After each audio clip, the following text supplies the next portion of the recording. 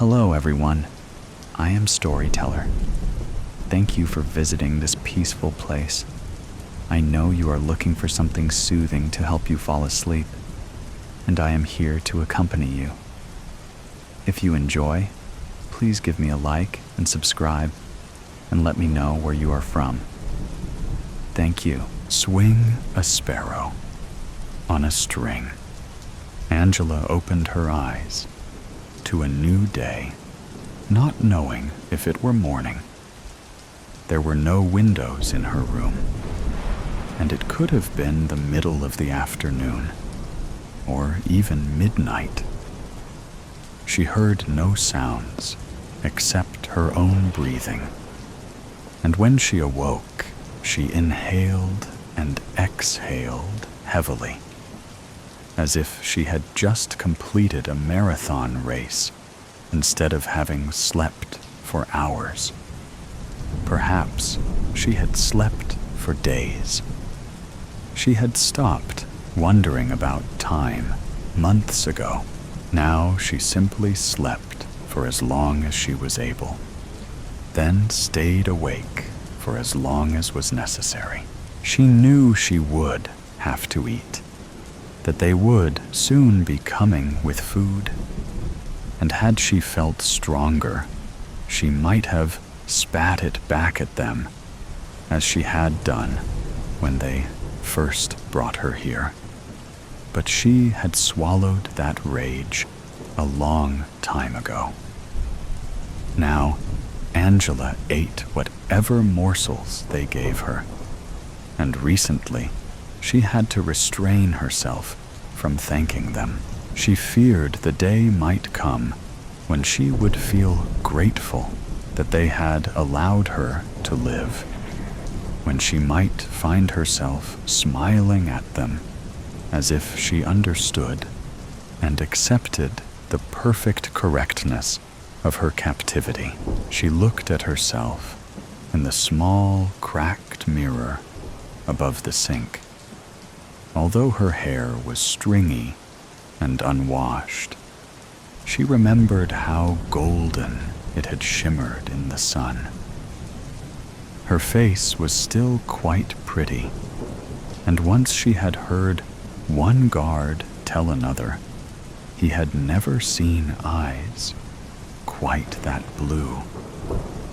The other whispered what a pity it was if only she had a piece of paper, a pen, even a crayon.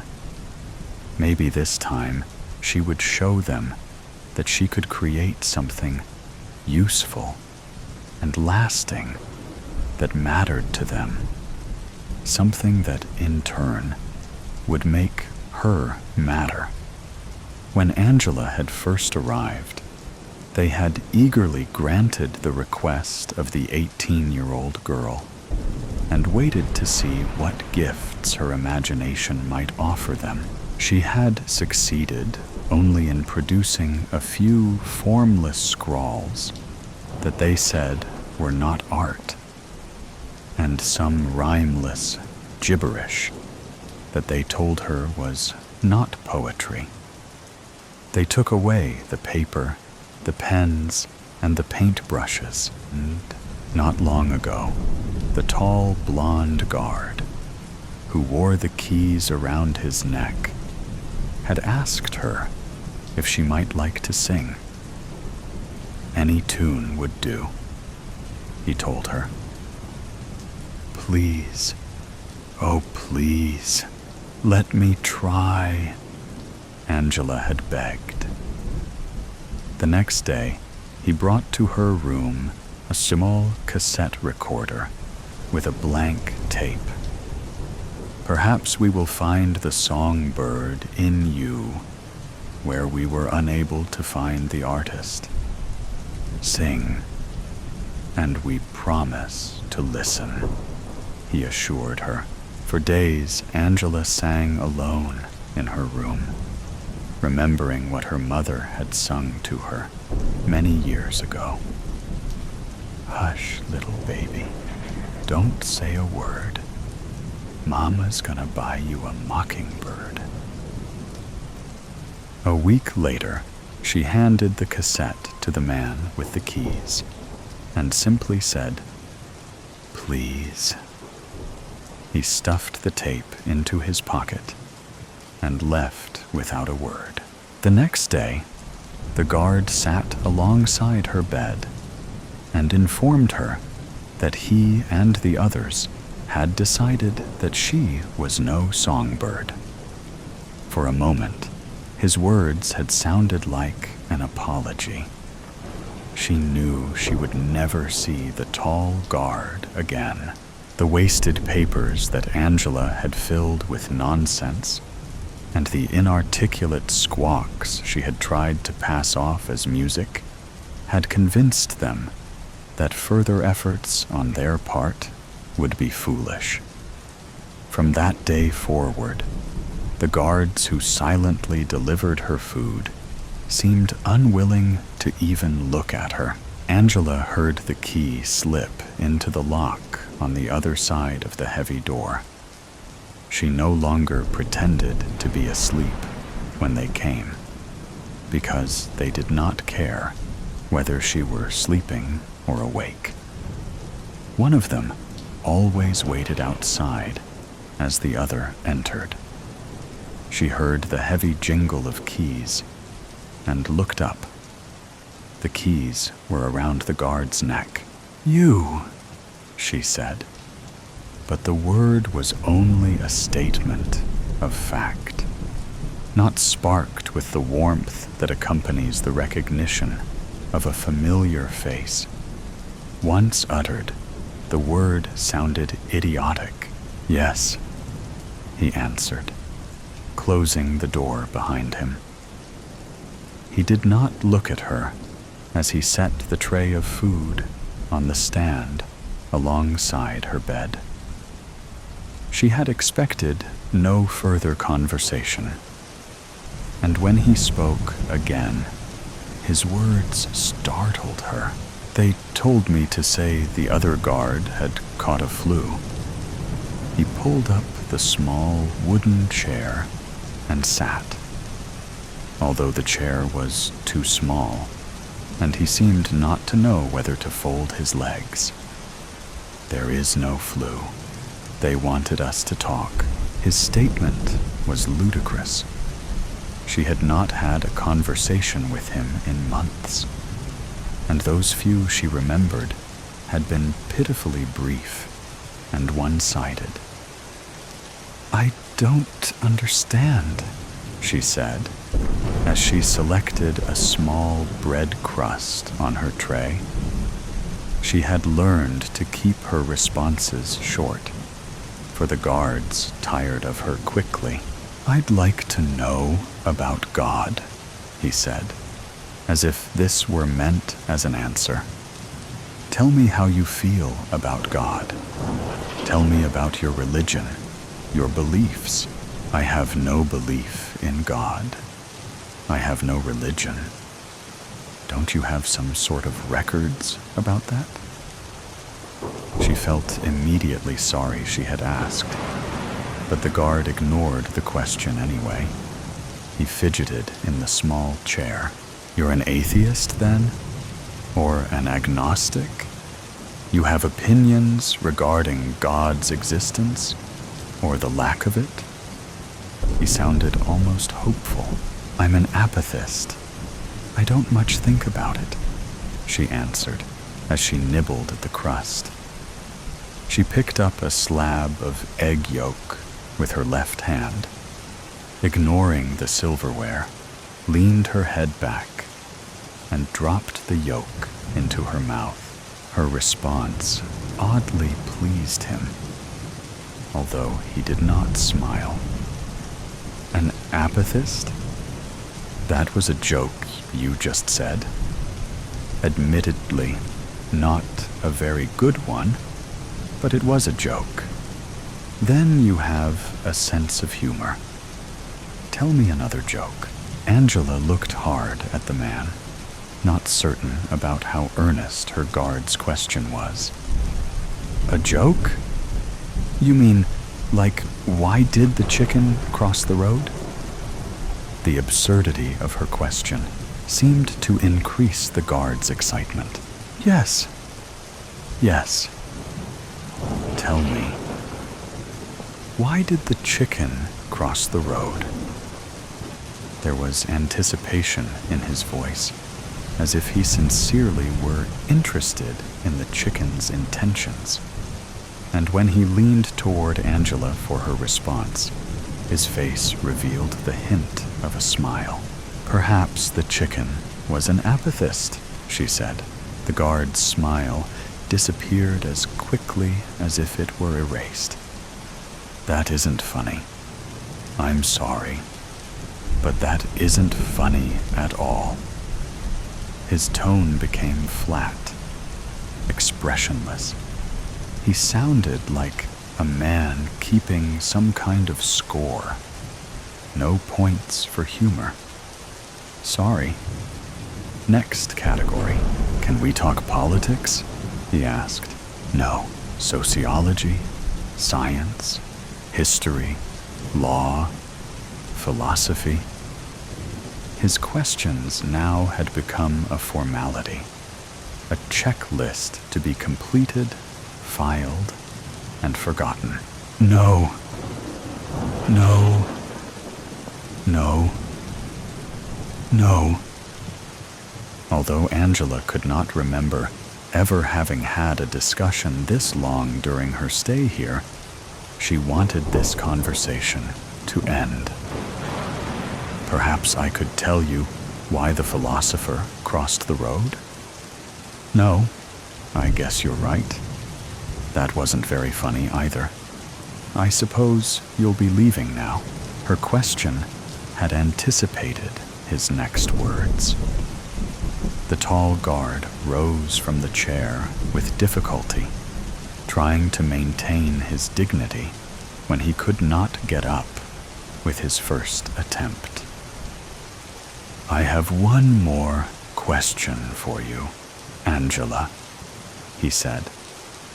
He had never called her by her name before, and his doing so struck her as odd. He walked to the foot of her bed and turned toward her. Do you know why you are here? He asked this without malice or emotion, with only the desire to know her answer, as he had wanted to know about songbirds and chickens. I'm here because you see me as a useless bird. Having said the words, she knew they had always been on her tongue, waiting to be spoken. I beg your pardon. You know, the sparrow who can no longer fly becomes useless to the other sparrows, a burden to them. I've broken my wing, isn't that right? And the flock has no further need of me. I'm impressed, the guard answered. That is quite a creative analogy from one who knows so little of creativity. He sat on the edge of the bed and moved close to Angela, as if to reveal a secret. Instead, he reached under the blanket and grabbed hold of her right hand, yanking it out from where she had kept it hidden. He held her arm straight up, and the pain caused her to wince. But this isn't exactly a broken wing, is it, Angela? It's a wilted arm, a useless limb. It is not pleasant to look at. It serves no function, and it belongs to you. It is you. The words came in furious bursts now, like machine gun pellets, and he shook her withered limb as he spoke. You see yourself as a wounded sparrow, do you? What happens if we take that sparrow and tie her leg to a string and swing her around in circles in a desperate attempt to make her fly? She struggles against hope to use her wings, her useless wings. And meanwhile, We swing her around and around and around, wasting our energy, wasting our time. And in the end, when we stop swinging her, she comes crashing down to earth anyway. Our time has been wasted. Her hopes have been destroyed. What is the point? Why even bother? He let go of her arm, allowing it to drop. For a moment, Angela stared at the shrunken arm as if it were a foreign thing that did not belong in the bed with her. She spoke without removing her eyes from it. A sparrow who can no longer fly can sing. And if she can't sing, she can still feel, can still love? The guard interrupted. That's exactly right, Angela. We asked this sparrow to sing, and she could not. But we realized she may be capable of love. The kind of love that could only result in frustration for her. Because the real question is she capable of being loved? Do the words she writes encourage love? Does her beauty or intellect in any way inspire it? It is unlikely that anyone would even try to love her because of that hideous limb. Not that all physical impediments are repulsive. Perhaps if she were only blind. Stop. Please, stop. Angela pleaded. Her brief taste of defiance had made her want to gag. You want to cover your ears, don't you? You want to block out the words, make me go away. Maybe you would even like to strike me, he continued. But you can't do it, can you? That limb just lies there like a dead weight. Do you see my point? I have my other arm, whose only function is to hide its companion. No, Angela, I'm sorry, but the time has come for us to stop swinging the sparrow's string. His anger slowly dissolved, and he fell silent for a moment. He attempted to hold her wilted hand in his, but she pulled it away. Instead, he took her other hand. But first, I have something I want to show you. Something you need to see. He sat on the bed and placed her fingers on his left leg below the knee. Rub your hand along my leg, Angela.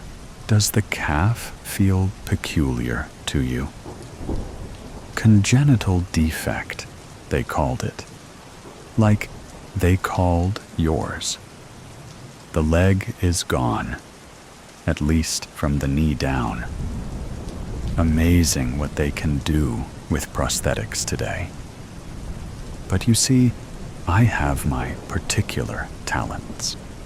I happen to be quite good at drawing people out, at enabling them to find a way to compensate for their physical shortcomings.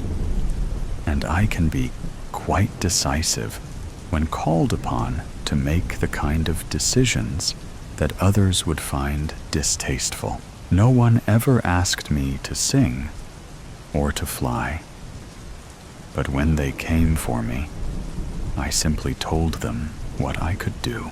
Angela struggled to pull her hand free as her anger rose inside her like hot bile. But you also decide who is to be exterminated. You decide who the state no longer regards as useful.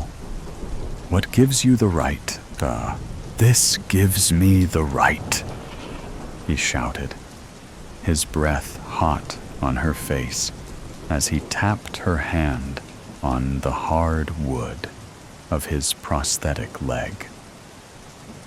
"This has forced me to find my usefulness to others, just as your pathetic limb has forced you to admit that you have none. And I have no intention of relinquishing my usefulness by allowing you to continue your hollow existence. I refuse not to matter." The guard's renewed anger seemed to embarrass him, and he turned away from Angela. He ran his fingers through his blonde hair in an attempt to collect himself. And when he again looked down at his leg, he noticed that Angela's hand was grasping it. Angela knew he had been unaware of her touch until he had looked. When his eyes locked with hers, her mouth curled in a bitter smile. "I feel this," she said, as she ran the tiny hand of the wilted arm along his wooden leg. "I feel this with both of my hands, even the one you call useless. Tell me what you feel when I touch you. Does this prosthetic device extend all the way to your heart?" Angela tapped on the artificial limb as if she were expecting a reflexive kick. "A curious question," he answered. "You might have made a fine idealist if you had believed in God." She moved close to his face and whispered, "To get to the other side. That is why a chicken would cross the road, isn't it?" He paused for a moment to look at her. "Such blue eyes," he said.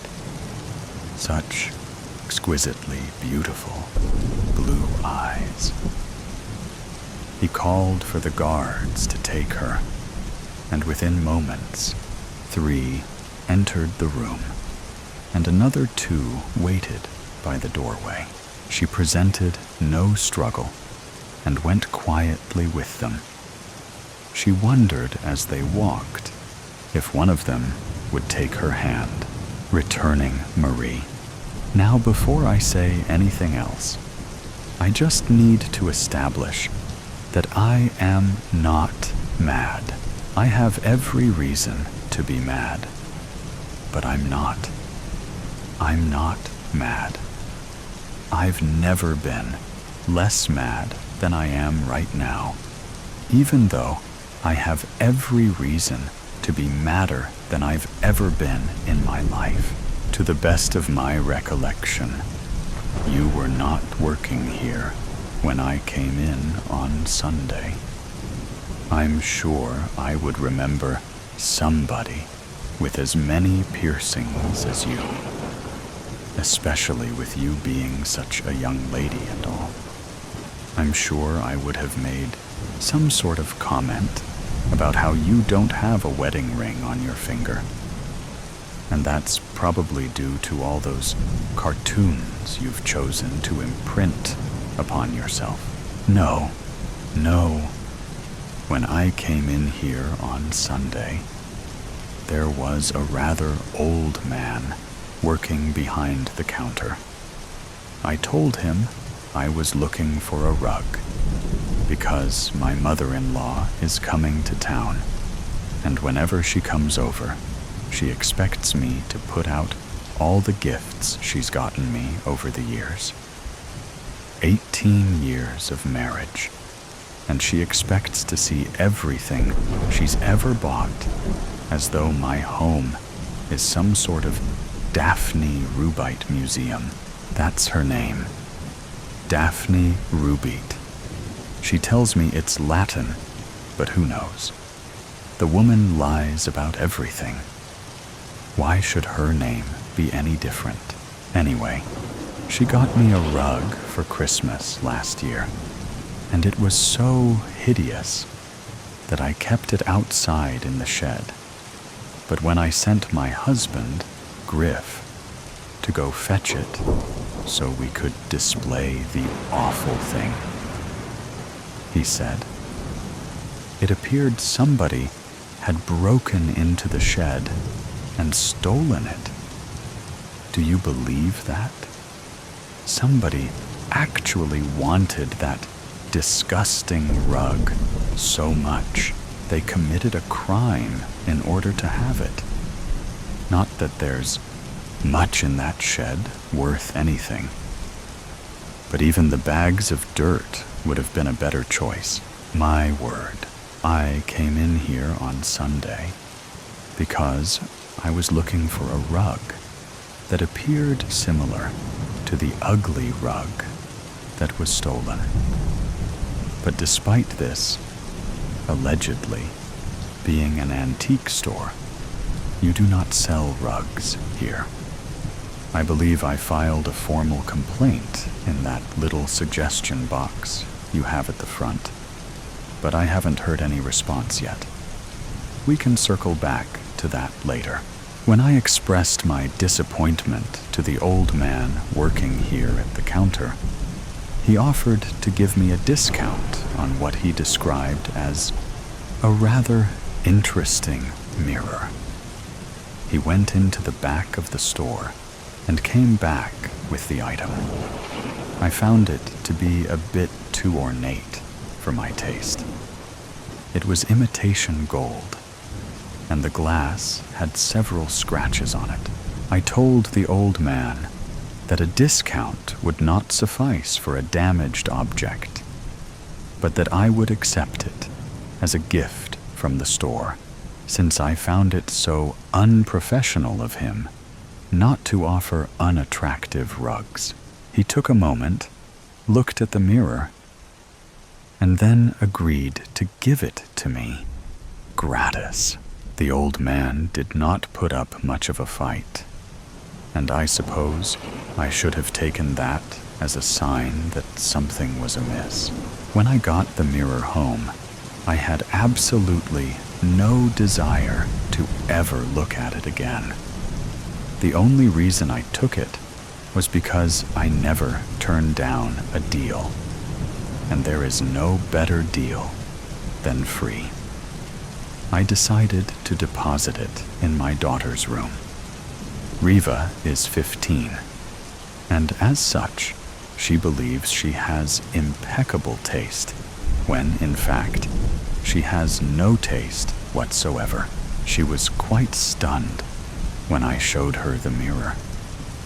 It's unusual for me to give her gifts, even on her birthday, when I usually donate money to a charity in her name. She took to the mirror immediately, and Griff did his best to hang it in her room, without putting holes in every wall. Finally, he managed to erect it by her closet, and then we all went about our day in preparation for the arrival of Queen Daphne. Almost immediately, things began to go wrong. I noticed that suddenly all the photographs around the house had been altered. I had no idea how it was happening, but the heads of everyone in the photos were gone. Simply gone. I thought it might be some sort of prank, but neither my husband nor my daughter are all that funny. When I mentioned the occurrence at dinner that night, Riva confessed to me that she believed her mirror was haunted. Not just haunted, mind you, but haunted by the ghost of Marie Antoinette. I would have chalked the whole thing up to a teenager's imagination. But my daughter is the least imaginative person you've ever met in your life. Deciding to investigate myself, I marched straight up to her room and planted myself in front of that mirror. Sure enough, after only a moment or two, there she was, Reina de France, herself. She had her head, but there was a minor scar around her neck, and she was holding the most adorable little dog. My French is spotty, since I haven't spoken it since college, when I spent a semester abroad in Paris, smoking cigarettes and ordering hamburgers at French cafes. I managed to work out that the mirror given to me was once owned by Marie's great-great-granddaughter, and she had taken up residence in it since she found heaven to be rather dull. She was the one who changed all the photos, and she said she planned on committing even more mischief for as long as she was in my house, unless I donated her to a museum where she belonged. Well, if that stuck-up monarch thought I was going to relinquish my own property simply to avoid a little poltergeisting, she was sadly mistaken. I told Marie that she was now a guest in my home and would act accordingly, or I would see to it that her mirror was placed in the shed where some petty thieves might abscond with it, the same way they had with the revolting rug my mother-in-law had purchased for me. I was so invested in intimidating a dead Frenchwoman that I didn't even hear the front door open. Daphne had entered our house without knocking, shocker, and came right upstairs to greet Riva, because her granddaughter is the only person she actually cares to see. She arrived just in time to hear me relay to Marie the story of the stolen rug, and she was none too pleased. I turned to see her standing in the doorway, holding the most vile candelabra I've ever laid my eyes on.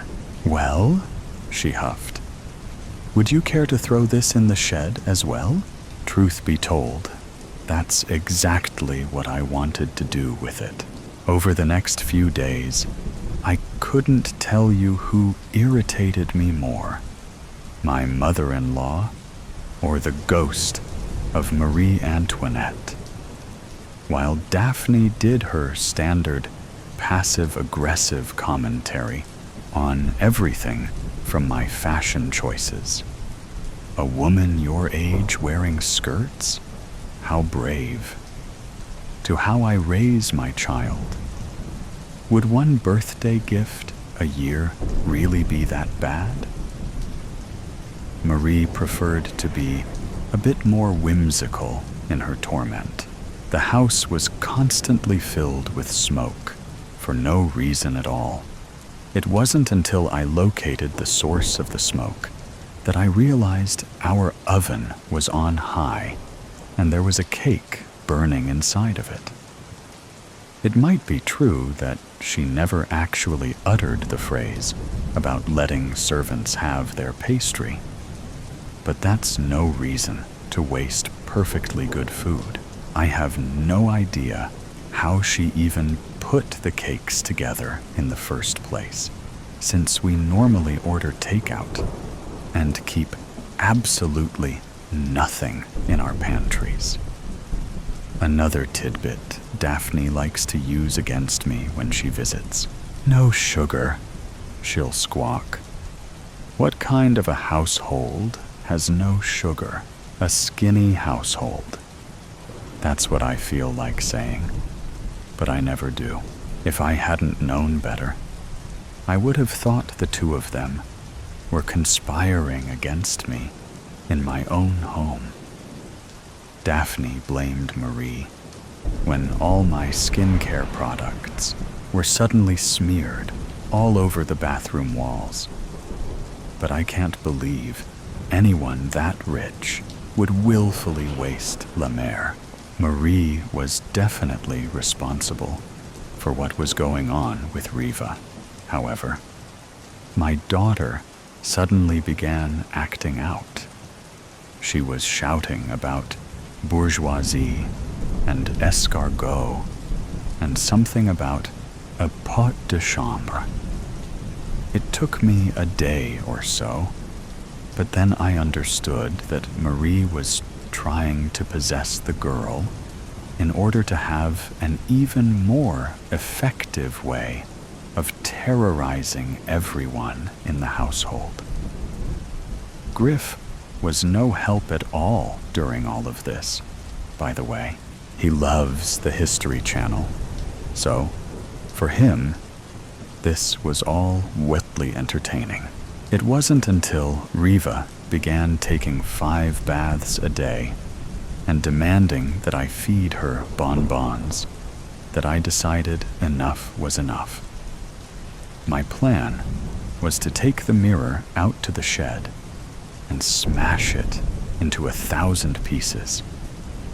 But I remember seeing an old horror film where destroying the haunted item caused the specter to permanently embed itself in the home.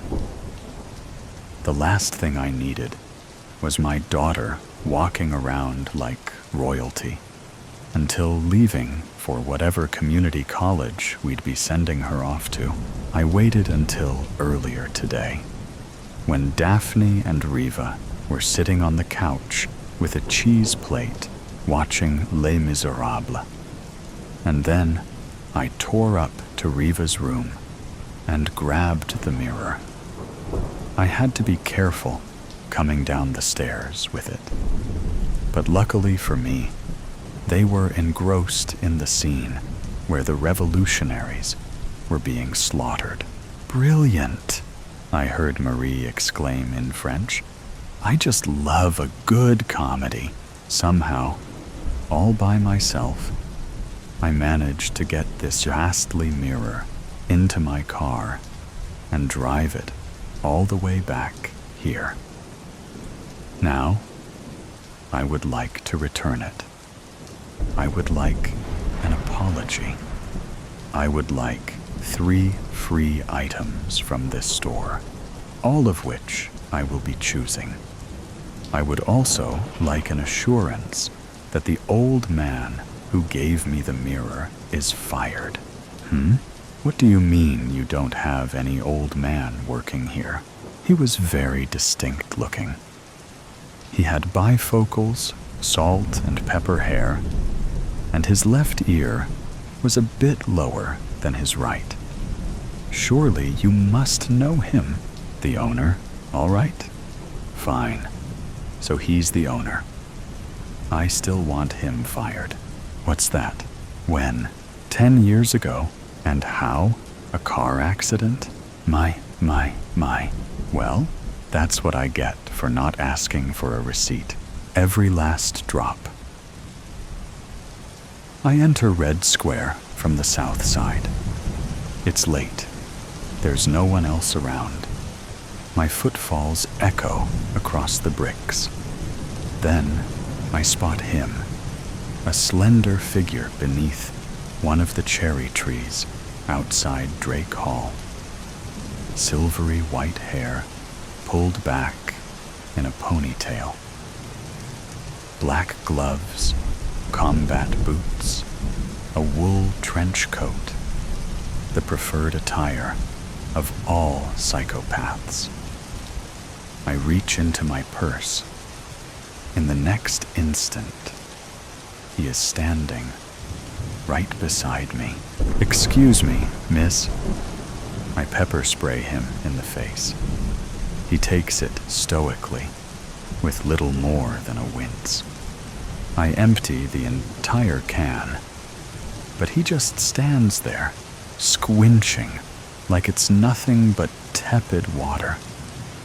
Then he wipes his obsidian eyes clean with his gloved fingertips. I suppose I deserve that. I forget how fast we seem to you. Forgive me. I mean no harm. I will scream. You're Anika Chande, yes? From the physics department?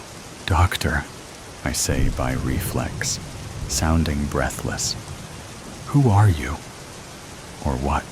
Dr. Chande, forgive me, he repeats, extending a hand. My name is Sasha Volkov. I've read your books and all the papers you've published. Your work with photons is nothing short of brilliant. No pun intended. Thank you, I say flatly. I don't believe in auras, but if I did, his would be ice cold. I decline his handshake.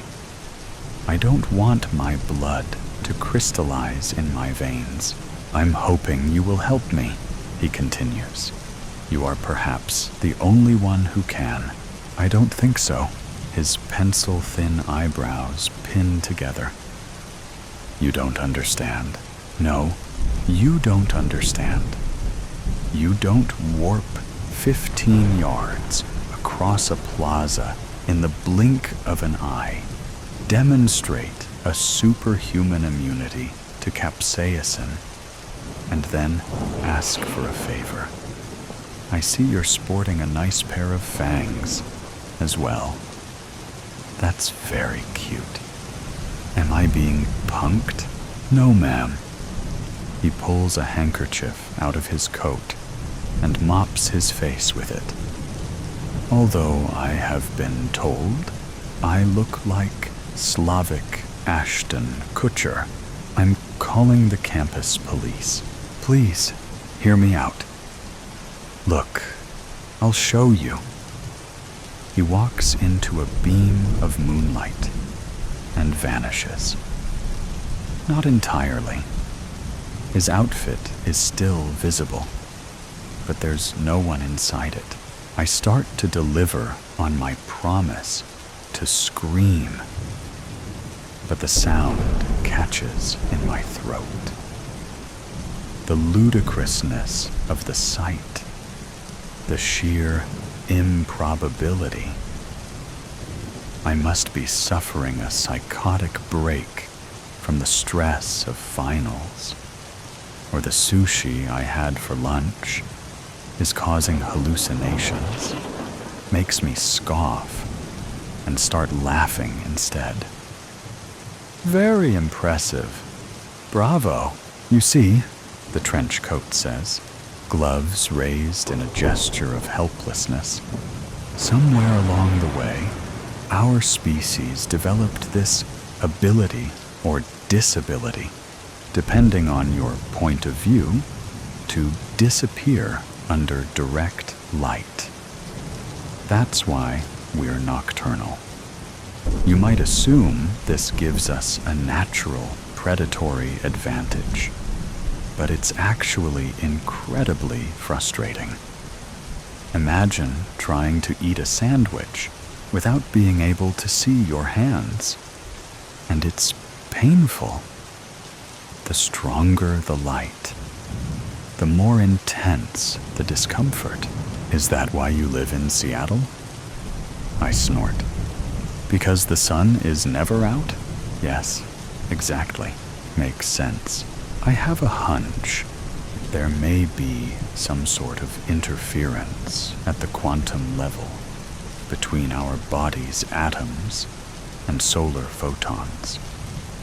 That's why we have no reflection and can't be captured on film. But the human mind can't abide the irrationality.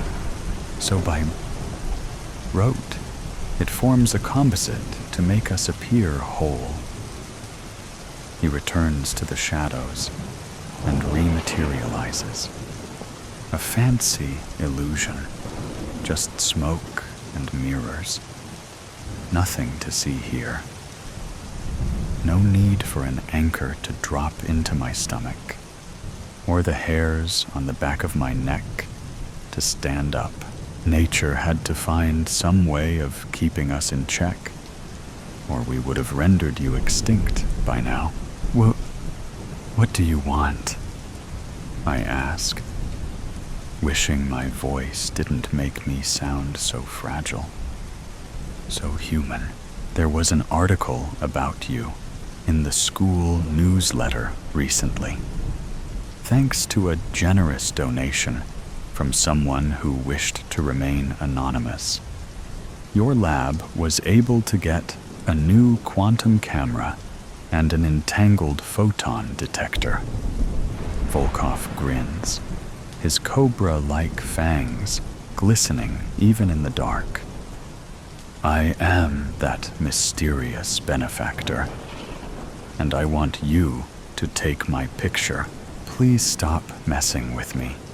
This really isn't funny at all. I'm quite serious, actually. We use simple objects for quantum imaging, like an emblem made out of gold and silicon. Not living beings. Well, according to your lore, I'm not really alive. Isn't that right? I grip the strap of my purse, certain at any moment I'm going to wake up in a puddle of my own drool at my desk, having fallen into a fever dream. Undead beings, then. The fact remains. You injure me, Doctor. I am not a zombie or a virus. My physiology is nearly identical to yours, with a few notable differences, of course. His stare is beyond unsettling. I cast my gaze towards the parking lot and keep it there in case he's trying to hypnotize me. It's very late. I need to be getting home to my family. He pretends not to hear me and carries on. I understand there may be challenges. That's why I'm asking you. You're the only one who can rise to the task. Mr. Volkov, whomever or whatever you are, I suggest you learn to take no for an answer. The first time, not the second or third or fourth. I stride away, making sure to keep my head held high, projecting indifference. Oh, come now, he says, voice dropping to an impossibly low pitch. I could just compel you to do it, but I'd rather you choose. This is an exciting opportunity for us both. My legs grow heavy. Against my will? How is he doing that? I stop in my tracks, my heartbeat rising rapidly into my throat. A mysterious gravity pulls me back in his direction, like my subconscious has staged a coup. I swallow against the growing certainty that this is actually happening. Only a monster would fail to see the false dichotomy of his proposal. All right then. Fine. In the lab, I keep the overhead lights off. The light from the monitors will have to suffice. As soon as we're inside, Volkov makes a beeline for the oversized Faraday cage one of my students built as part of her thesis. Like he knew it would be here, waiting for him. What material is this lined with? He asks through the open door. Aluminum foil. Ah, why? Worried it was silver? The muscles of his jaw twitch. No, that's another myth. Along with aversion to the crucifix, garlic, and wooden stakes.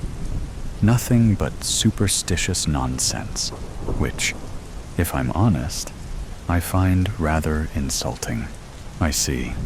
It's going to take a while to get everything prepared. I can wait, I hear him say. Except his lips didn't move. Much like your ascetic monks, we are capable of remaining motionless for protracted periods of time. Even when speaking into my mind, he sounds like a robot. Stop that. I don't like it. It's invasive. Forgive me, he says for the millionth time. But at least it's out loud. I set to work calibrating the laser with the beam splitter. Then ensure the quantum camera is in position to catch all the action. Once the photons pass through the vacuum chamber and into the Faraday cage, they will entangle with Volkov's atoms, or won't, if there is indeed some sort of interference. Then the beam will be rejoined on the other side by a sensor. The high-precision spectrometer, along with the computer program on my laptop, will gather and interpret the data. You do understand that should we manage to get an image, it's going to be little more than a ghostly outline, right? Nothing like an actual photograph. When was the last time you saw your reflection, Doctor? In the bathroom, after class, I've never seen myself at all. Not in the surface of a lake, nor the glint of an eye, nor a darkened pane of glass. You cannot cast a shadow if you are never in the sun. I've commissioned sketches and paintings, of course, but it isn't the same, is it? I've never seen a real, tangible image of Sasha Volkov. He pauses. Because he's so still, I can't tell if he's battling with something or just going dormant. Can you imagine how that feels? To have so little confirmation of your very existence? I mean, I teach for a living. I shrug. I wonder how many people he's fed on. How many pints of blood he's drank. Thousands, he says, reading my thoughts again. Why is that relevant? I asked you not to do that. I can't help it. It's like asking me to ignore a blaring car alarm. If you want my help, then you can try. He doesn't move. Yet I feel his irritation growing, as though he's funneling his feelings directly into me. How many animals have you consumed in your lifetime?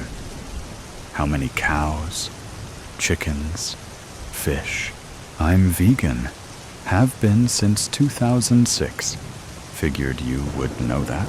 The point is, you don't think of your food in those terms. Would you castigate a lion for feasting on a lamb? It is the way of things. We have been with you since the beginning, in the shade of your monuments, co-evolving. Nature designed us for a singular purpose, to cull the human herd. But as you can see, we're doing a piss-poor job of it. There's more of you than ever. In a surprising, potentially deceptive twist, I feel his emotions sink into self-pity, like he believes, ultimately, it is he who is the victim. Aren't your kind just humans who've been bitten and turned? Like Lestat and Lewis, his irritation blooms into full-blown disgust. Ridiculous. Can you turn a chimpanzee into a Homo sapiens? We reproduce the same way you mammals do, via fornication and pregnancy. We are warm-blooded, after all. It's just not our blood. It doesn't originate from our bone marrow. His anger cools a few degrees, and he adds, I have never been human, but I have lived. I have seen wonders and horrors you cannot begin to fathom. We have our own society, tucked away in the nooks and crannies of yours. Our own ambitions, too. Glad for the change of subject, I announce. We are ready to run our first trial. Please stop talking now and remain stationary. Volkov shuts the door and settles in. I click on the laser. The beam is split and sent into the cage. The hum of the machinery comforts me, brings to mind the many students who've used it to embark on their first voyage into the realm of the subatomic. The inevitable look of rapture when they finally see the particles they've spent so long reading about. In the midst of this rumination, I realize it's providing a kind of psychic cover. My subject is occupied, the grip of his influence weakened. I slip a ballpoint pen into the pocket of my blazer and pray he doesn't notice. We run 6 trials in total. The whole process takes a little over 2 hours. Once it's finished, I take a screenshot of the results and send it to the printer in my office. Volkov exits the cage and joins me, and once it's printed, I hand him the copy. He accepts it like it's his birth certificate. Like I said, pretty grainy, but it worked, he murmurs. His fingers trace over the grayscale form, caressing it. He is totally transfixed. I feel his heady mixture of elation and awe, the vanity that coils around his heart like a serpent. It's me, he whispers. You got what you came for. I need to get going now. My family will be worried. Volkov gives me the side eye. Surely you know by now that lying to me is pointless. I don't know what you mean. If I don't get home soon, you live alone, Doctor. Have since your breakup with Paul. You don't own any pets. Nothing that depends on you for its survival. Not so much as a cactus. Your younger sister calls to check up on you every so often, but not often enough. He sounds bored with the subject, preferring to pore over the printout with the intensity of an art appraiser. Is there anything else your system picked up on? I push aside the sense of betrayal and shake my head. The emissions analysis produced a string of errors. That would seem to confirm your hypothesis of some kind of interference, as no entanglement occurred in any of the 6 runs. But it would take a much more thorough experiment to isolate the actual cause of that interference. I see, he says, licking his chops. No matter. Still a tremendous success.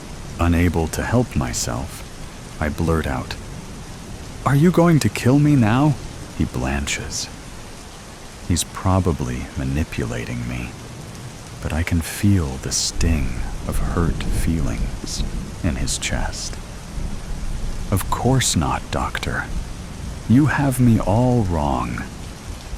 He clutches the printout in both hands and peers around the lab, taking it all in. I want you to study me further. Enlist the help of others, if need be. People we can trust to test my DNA and take blood samples. Think about it. If we can produce more results like this, you can publish them. These findings will fundamentally alter the world's understanding of biology and quantum mechanics. And what might that do for your career? When I don't say anything, he continues, it's time Homo sapiens learned they are not so alone as they imagine. It is time for us to evolve beyond the predator/prey dynamic and work together. We have to do something before your species gets us all killed with your utter disregard for the health of this planet. His eyes land on me. Despite his words, I feel sick to my stomach, because in his zeal, he's accidentally let slide a few of his memories. I see his first kill at just 4 years old, hunting with his father in the streets of Quebec. The elderly homeless man bundled up in a doorway, the pale, mottled flesh of his throat, the profound hunger, 1,000 times stronger than any I've ever experienced, an insatiable need. The man awakens and finds himself immobilized by Volkov's father. Fear pours out of him in a thick stench. His final thoughts are filled with deep regret. He's struggled so hard for so long, endured so much, and survived on so little, only to meet his end as some night creature's meal. And little Volkov loves it. Every drop of remorse, every pitiable whimper, every dream. He feeds on them along with the blood, gorges on the man's life force until he's full as a tick. And his father says simply, "Good." I see his most recent kill from earlier in the night. Stephanie Albright, the student who made the Faraday cage. He broke into her dorm and drained her in her sleep. She died and never saw it coming. Volkov looks at me now. He knows that I know. "Don't," he warns. I jam the ballpoint pen into his chest. My aim is perfect. It lodges between the ribs slightly, to the left of his sternum, and hits something hard, catching when he takes a breath. He growls at me. "I told you that wouldn't work." Then I'm soaring through the air. My body collides with the quantum camera, shattering it against the wall. I land in a heap on the floor, sparks raining down around me. Pain shoots up my spine, the wind knocked out of me. Volkov is on top of me in seconds, his weight like a 1,000-ton hydraulic press. There is no further possibility of fighting back. "Do it then," I hiss at him. I will not be like the man in the streets. I will not go to my death without dignity. If he's going to eat me, let him taste nothing but pure hatred. "Do it, you fucking parasite." He flinches again. I feel his emotions fan out in a kaleidoscope of rage, disappointment, and woe, beneath which is a childlike longing for my approval. He can't hide it now that I've seen it, his need for recognition that washes over me in waves. It's nearly as overwhelming as his hunger, an insecurity born of being raised with no mother. We could have done important work together, he says, voice choked with repudiation. Remember that, then he's gone.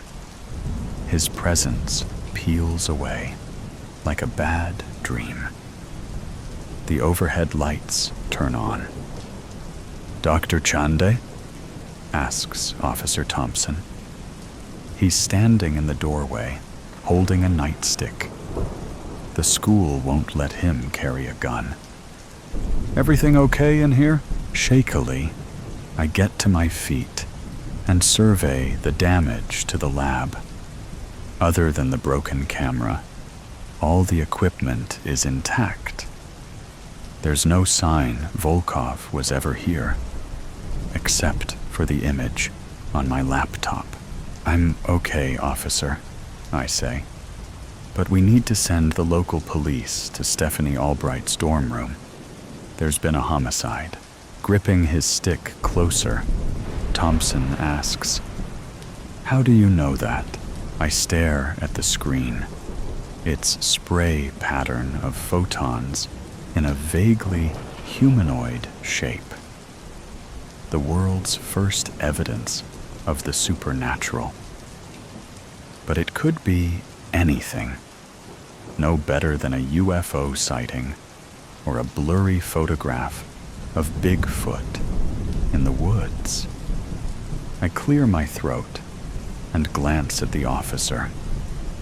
In the wake of Volkov's influence, my emotions come flooding back with a vengeance. Hot tears spill down my face. I clear my throat and remind myself, no matter what I experience, I am a scientist. Call it a hunch. Oh, unholy night. Iceland's winter festivities are a perfect excuse to feast and make merry, and I partake with an insatiable appetite. I adore the endless nights wandering abroad and relish chance encounters with hapless stragglers trudging home. They all laugh when I tell them, carol singings not to my taste, and chuckle when I say, choristers are delightful and sweet. But how their mirth dissolves as I envelop them in my cloak and whisper, what a toothsome treat you are. You're good enough to eat. I despise summer, like all cold-blooded creatures, preferring a catatonic sleep to roasting in the sun. Every autumn, I anticipate the evening when Ingvar disturbs my estivation, and I return to a nocturnal lifestyle. He disinters my casket from the family plot every year during the first week of December. It's a tradition my loyal retainer has followed for years, just like his father and his father's father, ad infinitum. It's impossible to find reliable help these days. And so, despite Ingvar's poor social skills, I re-employ his services annually. Ingvar obeys my written orders to the letter on the pain of death. If not in this life, then his neck. Thwack, crunch. My mind basks in a dream state when Ingvar invades my solitude. hacking through the icebound earth above. Crake, skreek, I hear the shovel scrape debris off the wooden lid, and his doleful voice murmuring a tuneless refrain.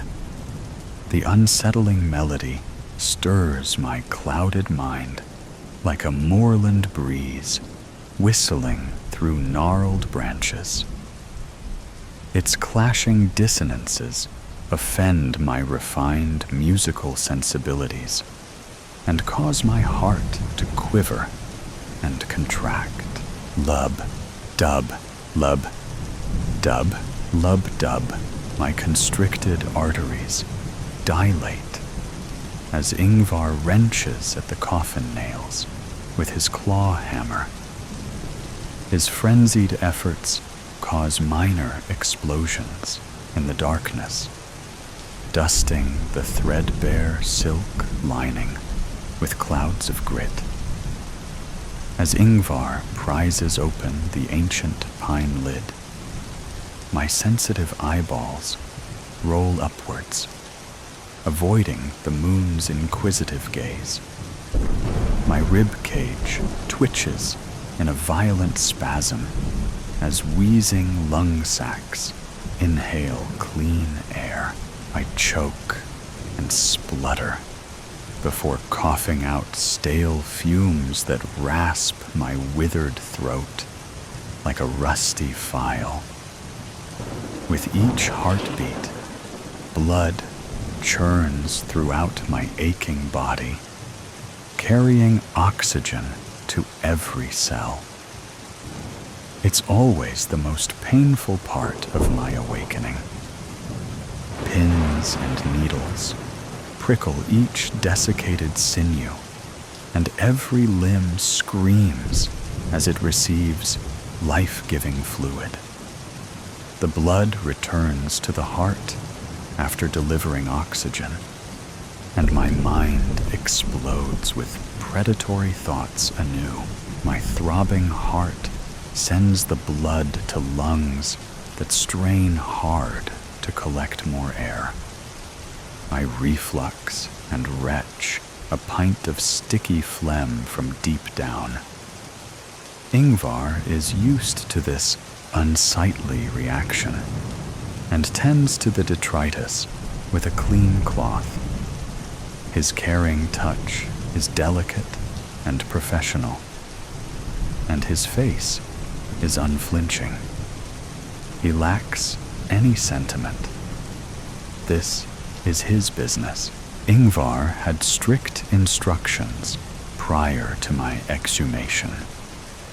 He was to source a flask of fresh blood by whatever means necessary. The task never varies, but the source depends whereabouts I resume my existence. We're never in the same town twice, for obvious reasons. He's learned to adapt to my circumstances with undeniable efficiency. Ingvar has my best interests at heart, and he's also on the payroll. This winter season, he's moored our vessel in a quiet northwestern harbor outside Sudavik. It's an unassuming fishing town with a medical center and a venue for blood donors. Once on shore, he disguised himself and liberated a quart from their supply. It's a rich-looking concoction that will suffice for now. However, it's not the same as sinking my teeth into a warm jugular and slurping on the real deal. Ingvar steadies my quivering hands as I raise the glass container to my lips. I close my weary eyelids, and after a few sips, everything calms down. My sweaty palms dry out, and my prune-like fingers appear to elongate as my skin tightens. The sagging flesh under my jaw disappears, and my furrowed brow loses its careworn lines. At last, the throbbing pain behind my eyeballs dissipates, and my labored breathing settles into a regular rhythm. My once erratic heart beat chugs at a steady rate, and the queasiness in my stomach eases after a discharge of rancid gas. My rejuvenation is complete, and I rise from the coffin to assume my full height, like a magnificent butterfly casting off its shriveled chrysalis and unfurling its wings before flight. I nod at my retainer, and he tips his forelock and bows. I acknowledge his endeavors with a satisfied smile and survey the snowbound nightscape, glistening like an ocean of diamonds under the moon's bashful glow. Ingvar wafts his left hand through the air, shepherding me towards the waiting brougham with his outstretched right arm. Two majestic black drays snort white plumes from flared nostrils beside my handsome carriage. We take our seats as pristine snowflakes descend and settle on the bodywork's polished ebony. It's a fine welcome and a tremendous relief to be undead once more. The sight of my baleful old vehicle cantering through the small coastal town of Sudavik draws little attention. In previous years, the ominous rumble of hooves and creaking coach springs would herald an unfamiliar guest. But the inhabitants have other issues this year. They've entombed themselves within their homes, battened down their pine window shutters, and laced their thresholds with wreaths of protective herbs, ensuring plenty of garlics on hand. It should flatter me they fear the visit of a malevolent nocturnal predator. However, the precautions aren't for my sole benefit. The coronavirus's arrival has influenced behavior, and the government has enforced a lockdown. Ingvar understood there were unusual circumstances this year, but thought it prudent to interrupt my deep slumbers regardless. My initial reaction was one of joy. What better return could I expect than to discover piles of bodies waiting to be devoured? However, it transpires that the Health and Safety Department has issued an edict. Local undertakers are to dispose of the corpses through the crematorium. The local council is determined to sanitize the town and cleanse the region. I hadn't connected the hazy fog lingering above the coastline with the current climate of dread. Sudavik's furnaces are working overtime to dispose of the deceased. The impact on my festive plans is catastrophic. Citizens locked away in their homes until further notice.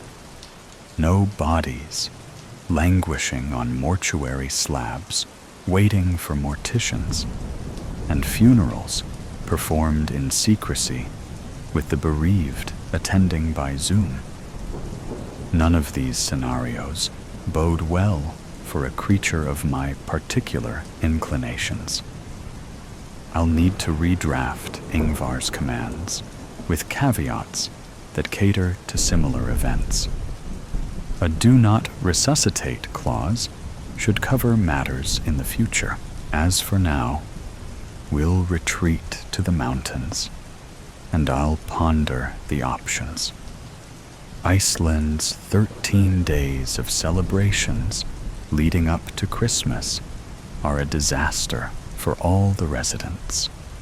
Children won't be leaving shoes beside their open bedroom windows.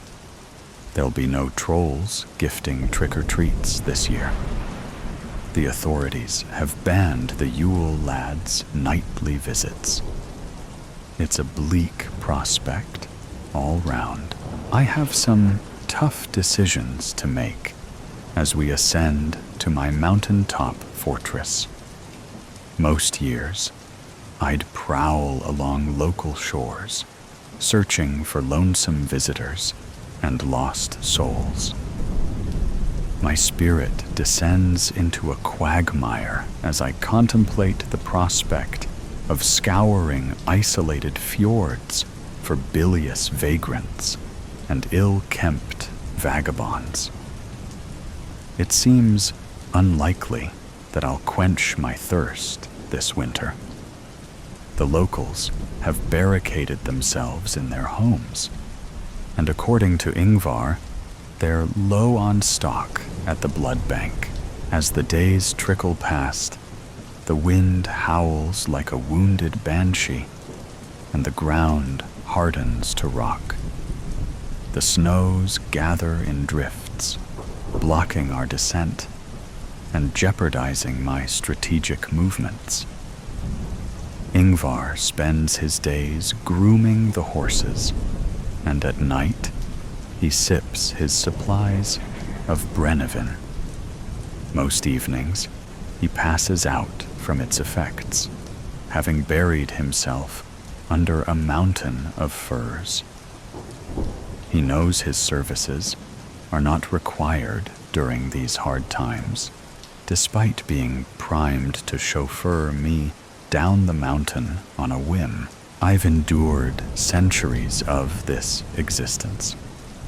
Life is relative, of course. It isn't a life most know. It's punishment for cheating death. Centuries of endless torture in purgatory. I'm cursed to roam forever, fearful of daylight, and all for a few drops of blood. I suppose it could be worse. There's a contagious disease in the vicinity. I guess it'd just be my luck if I contracted the coronavirus, wouldn't it? A year of coughing and wheezing inside my casket is inconceivable. The thought is most unappealing. And so, it's time to call it a night.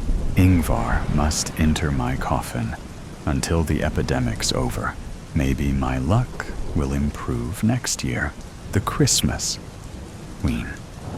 A frozen blanket of ice glazed the roads on Fern Street as the Wallace family headed home from a busy day of shopping. The houses were adorned with multicolored lights, and blow-up decorations were as far as the eye could see. Every door had a festive wreath to showcase the spirit of the season, and carolers sang songs of merry for all to hear. Yes, my friends, it was Christmas Eve once again. A time when boys and girls dream of toys and candy, and parents wish for peace on earth. Even grandparents put their worries away and enjoy watching their loved ones celebrate the traditions they have passed down through the years. There was no doubt about it. The holidays have always brought joy to the entire world. As John Wallace pulled into the driveway, he noticed his neighbor, Ben Foster, hanging his Christmas lights. He parked his blue, reindeer-decorated Subaru, looked at his wife, Martha, and said, "It's a little late to be hanging lights. isn't it? Martha took a sip of her hot chocolate and rasped, "Oh, give him a break. Ben's getting older. And ever since his wife, Alice, passed away a few years ago, he hasn't been the same." John lifted his brow and shrugged. "Yeah, but all things considered, don't you think it's a little counterproductive?" He looked at Ben and continued, "I mean, after Christmas, all this stuff has to come down. So what's the point? He likes to be included," Martha said. "Alice used to decorate that house every year, so I suppose he wants to honor her memory." "Humph," John huffed. He looked in the back seat to see his 12-year-old daughter, Sarah, glued to her phone.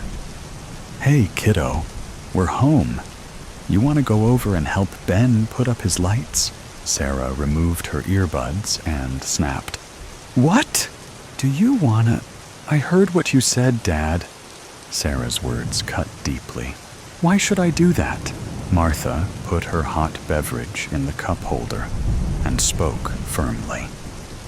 "Sarah, we don't need that attitude right now. It's Christmas, so why don't you lend some good cheer and help our neighbor? We have to put these groceries away anyway. You can watch your TikTok videos later." Sarah ruffled her face, pinched her lips together, and fired, "Fine." John widened his eyes as Sarah exploded from the car. "Be good," he said. "It's the holidays." The cool air was comforting because Sarah's insides were boiling. She unzipped her pink jacket and removed her black toboggan snow hat. She reached up, parted her brown hair behind her ears, and marched across the snow. Her unicorn boots sparkled in the moonlight, which matched her black leggings. Martha and John gathered their bounty and smiled as their little girl approached Ben. They were glad to see Sarah heed their words, because they had some presents to hide, and the distraction was a welcomed surprise. "I'm glad to see her do something besides messing with her phone," John said. "She's been so distant lately." "Yeah," replied Martha. "Teens will be teens." She gave Sarah a quick wave and entered the house. "Hi, Mr. Foster," Sarah greeted with a quick flutter.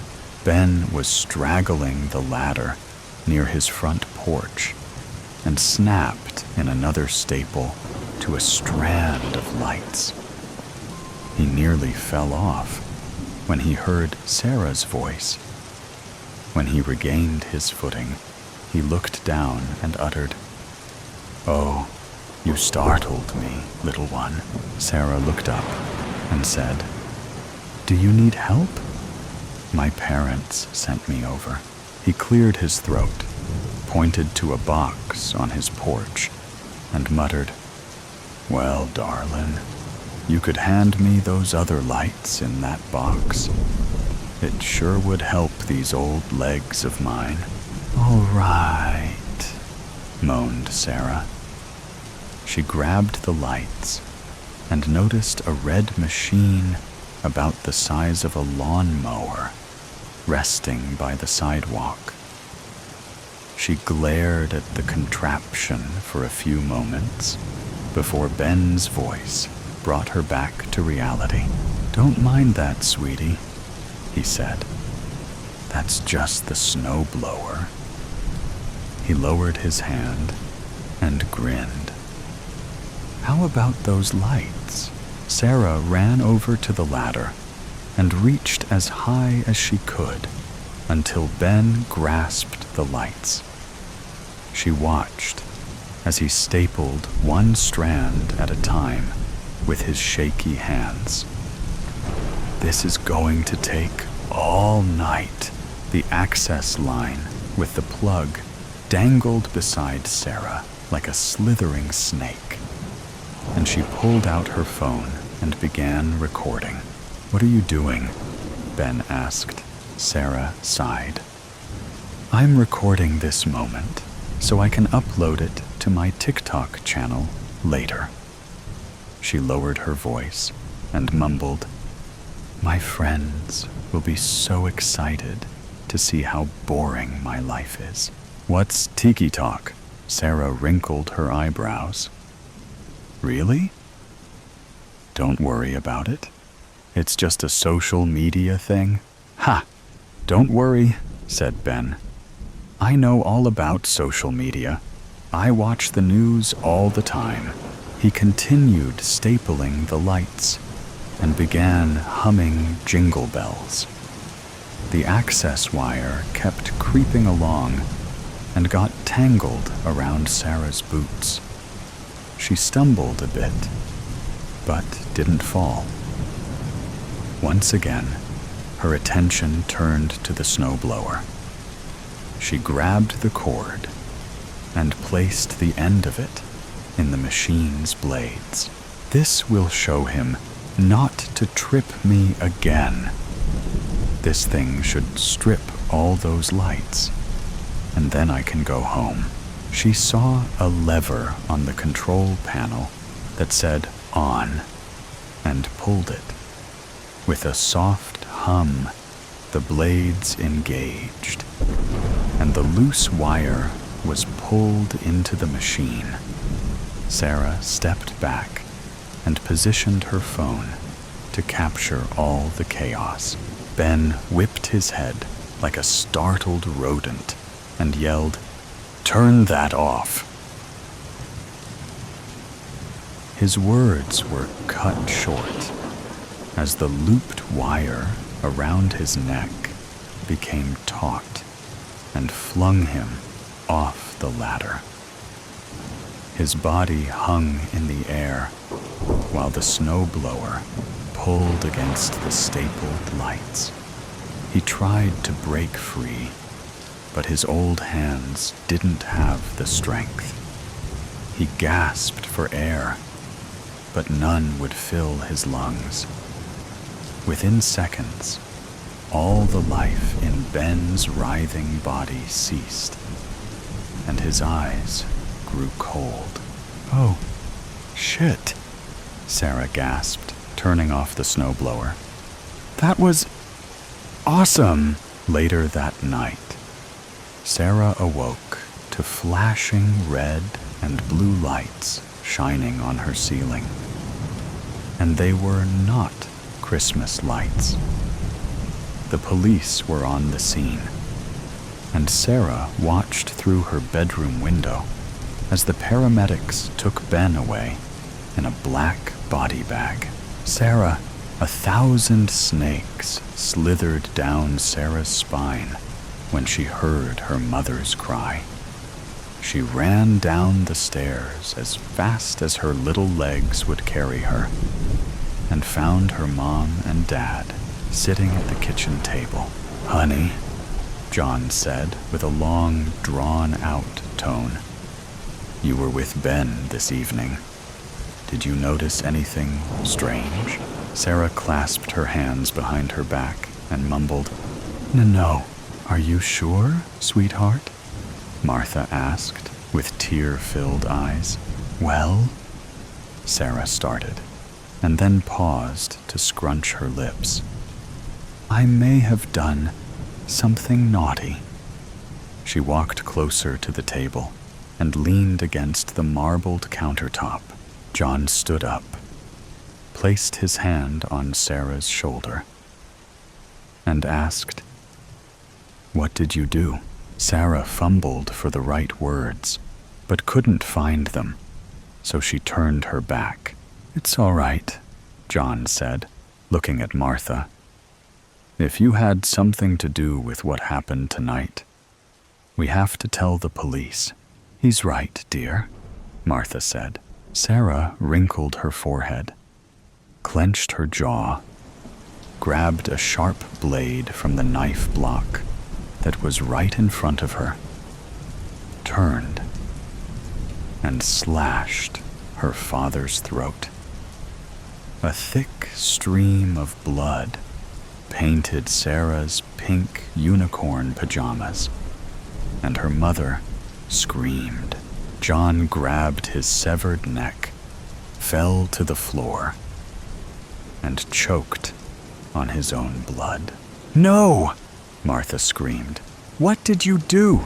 Martha ran to John and held him in her arms as he breathed his last breath.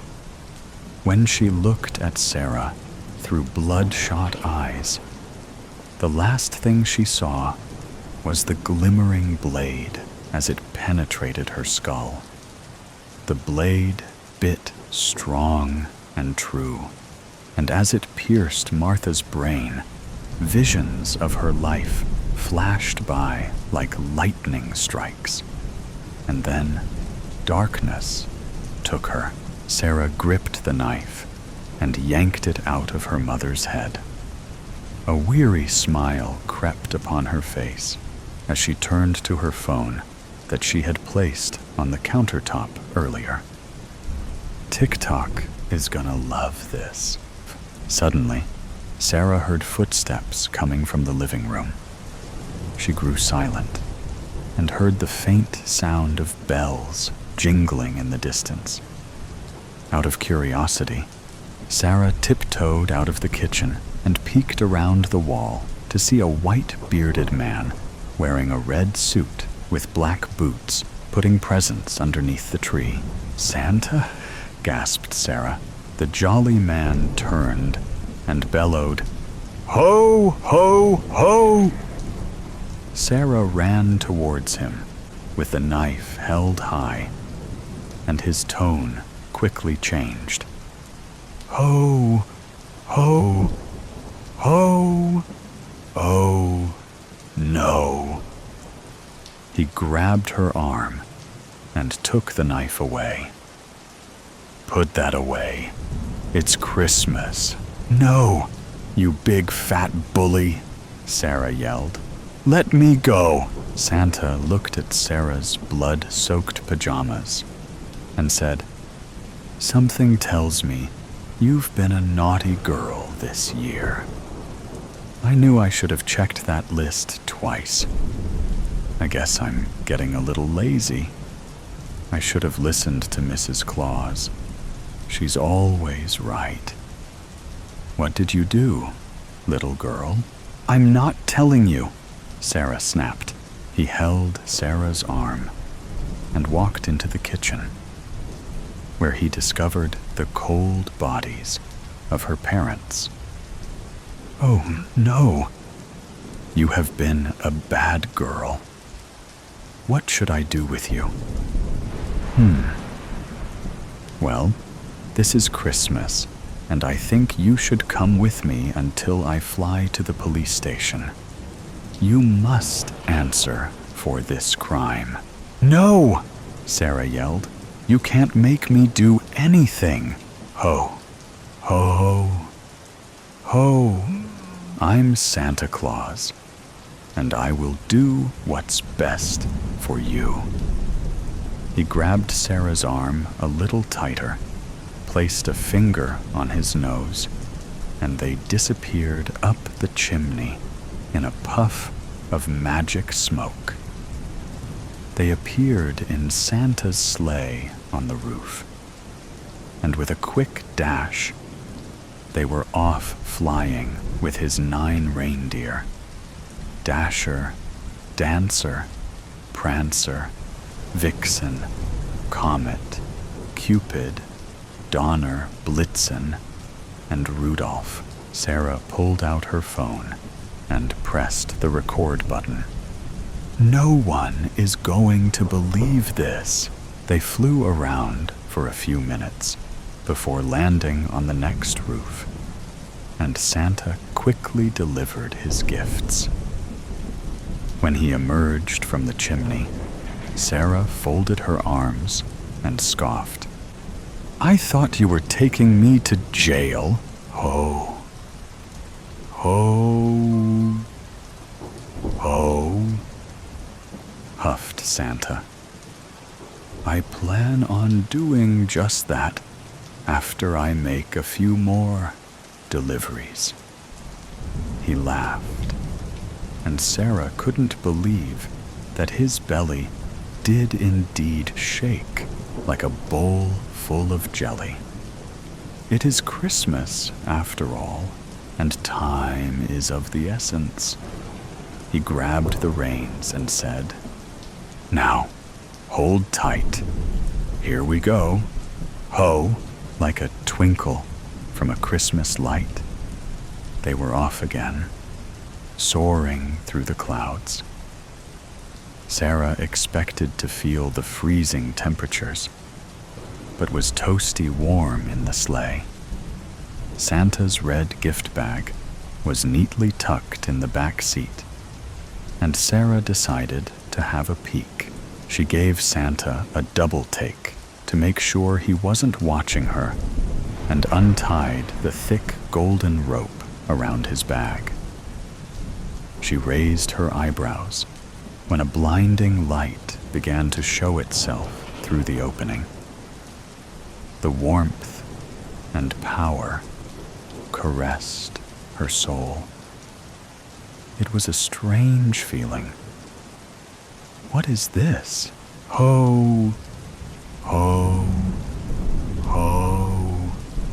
It's the Christmas spirit of love, Santa said with a warm smile. It's something that you have closed your heart to. He turned and watched Sarah close the sack. Her droopy eyes and frown showed the beginnings of sorrow.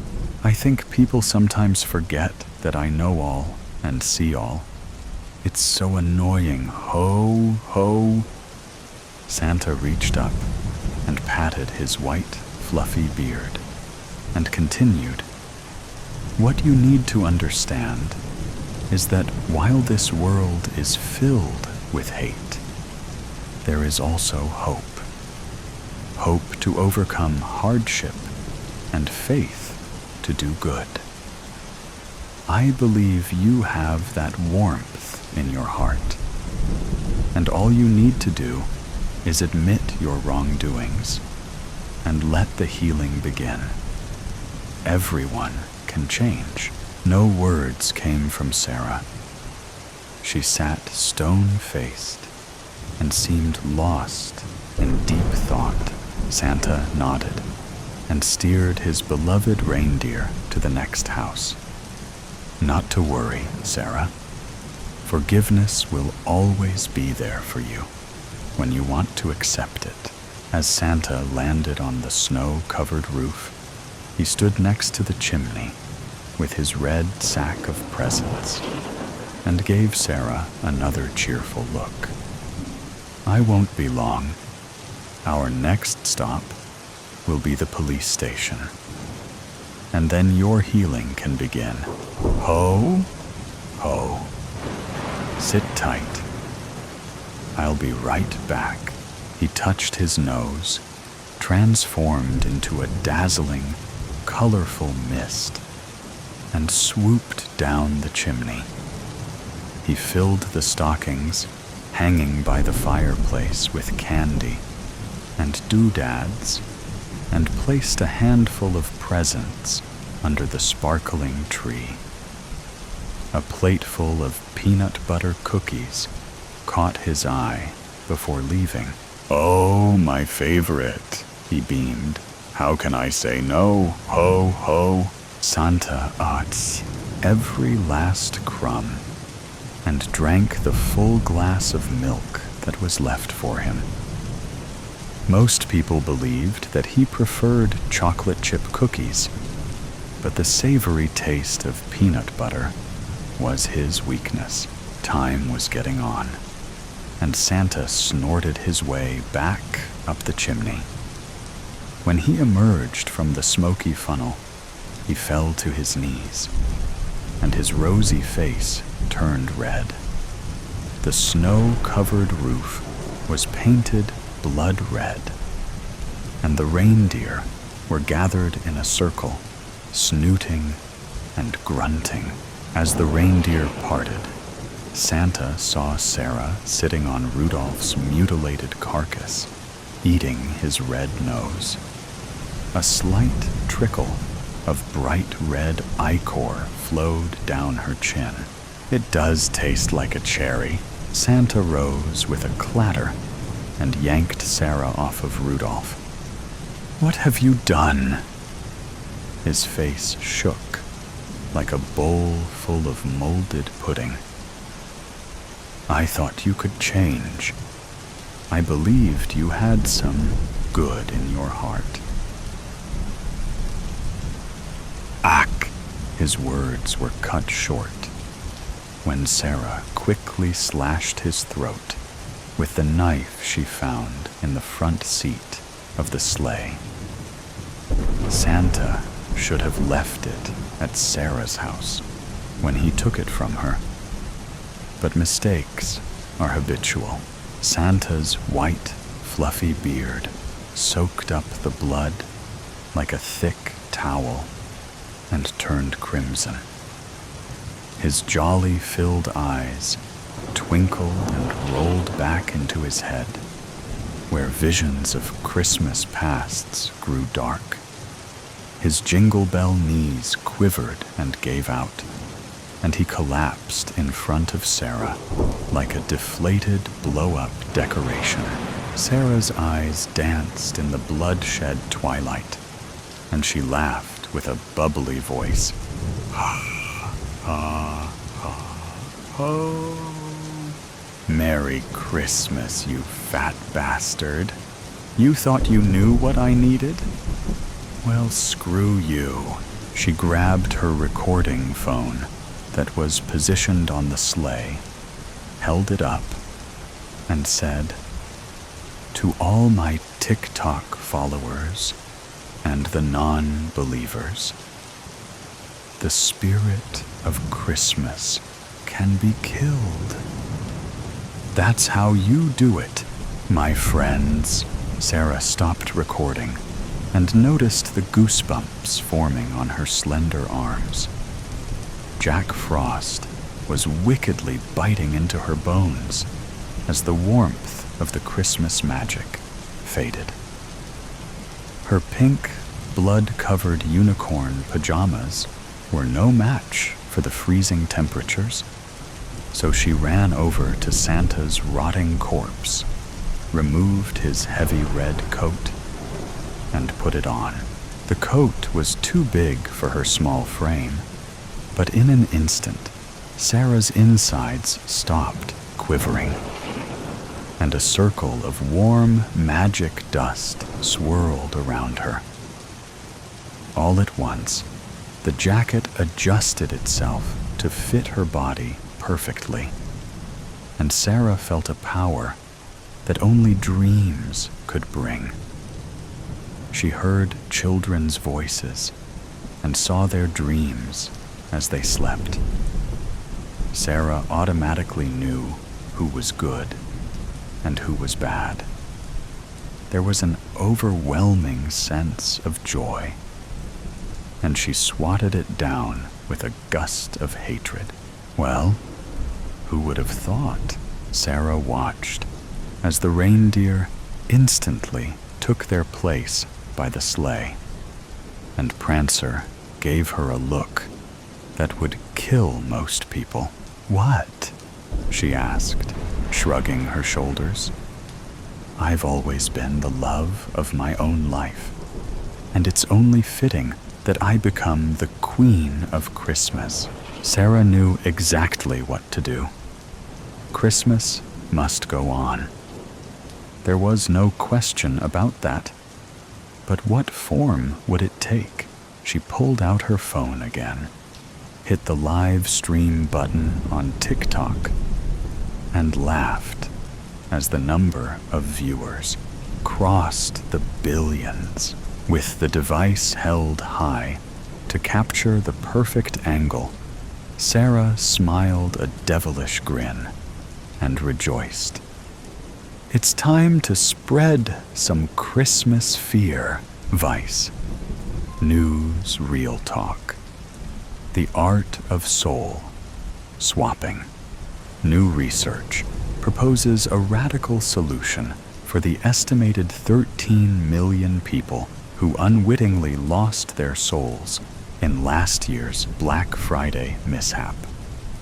While hell isn't offering refunds anytime soon, a soul swap isn't out of the question, says Sam Ackerman, sole author on the study and CEO of Exosouls. His paper, titled Devilish Details, a sparse Bayesian learning framework for enhancing the Exosouls algorithm, is published this week in Chaos, a non-linear journal of translational science. In it, Ackerman claims to have unraveled the 2-for-1 soul swap terms and conditions of the Philadelphia Screamer. He then introduces a machine learning model designed to identify likely victims who have yet to come forward, as well as predict the likelihood of unsouled souls going to hell anyway. Ackerman goes on to suggest that when combined with his proprietary Exosouls algorithm, this novel framework can accurately pair last year's Black Friday victims with unsouled, hellbound souls, a finding that could give hope to millions.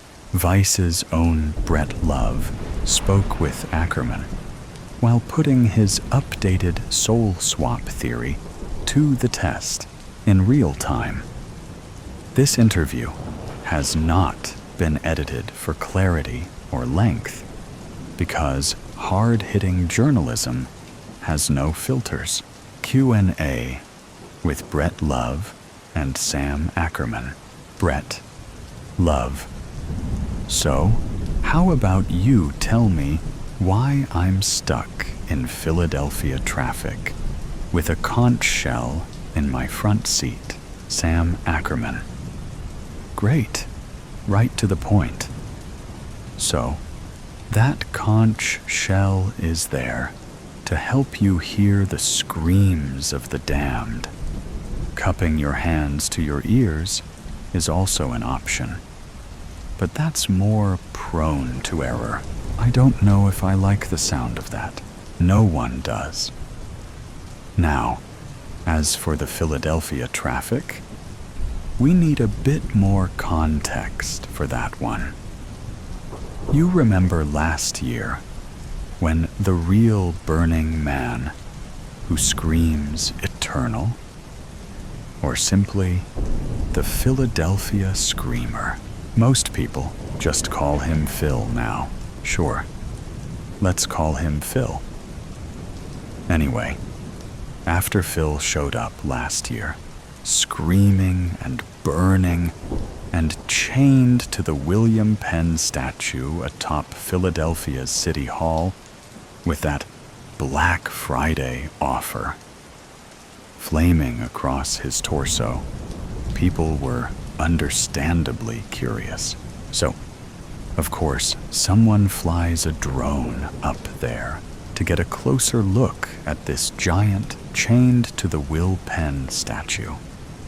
And forgive me for the recap, but let's not forget how incredible that moment was and still is today. I mean, he's bound there, like Prometheus, except instead of eagles tearing out his liver only for it to regrow, there's a flaming message that burns to life again and again, letter by letter, from neck to navel.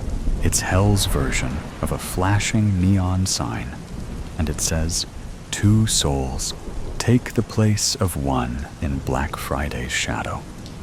Make your wish known, and they shall pay the price. Right.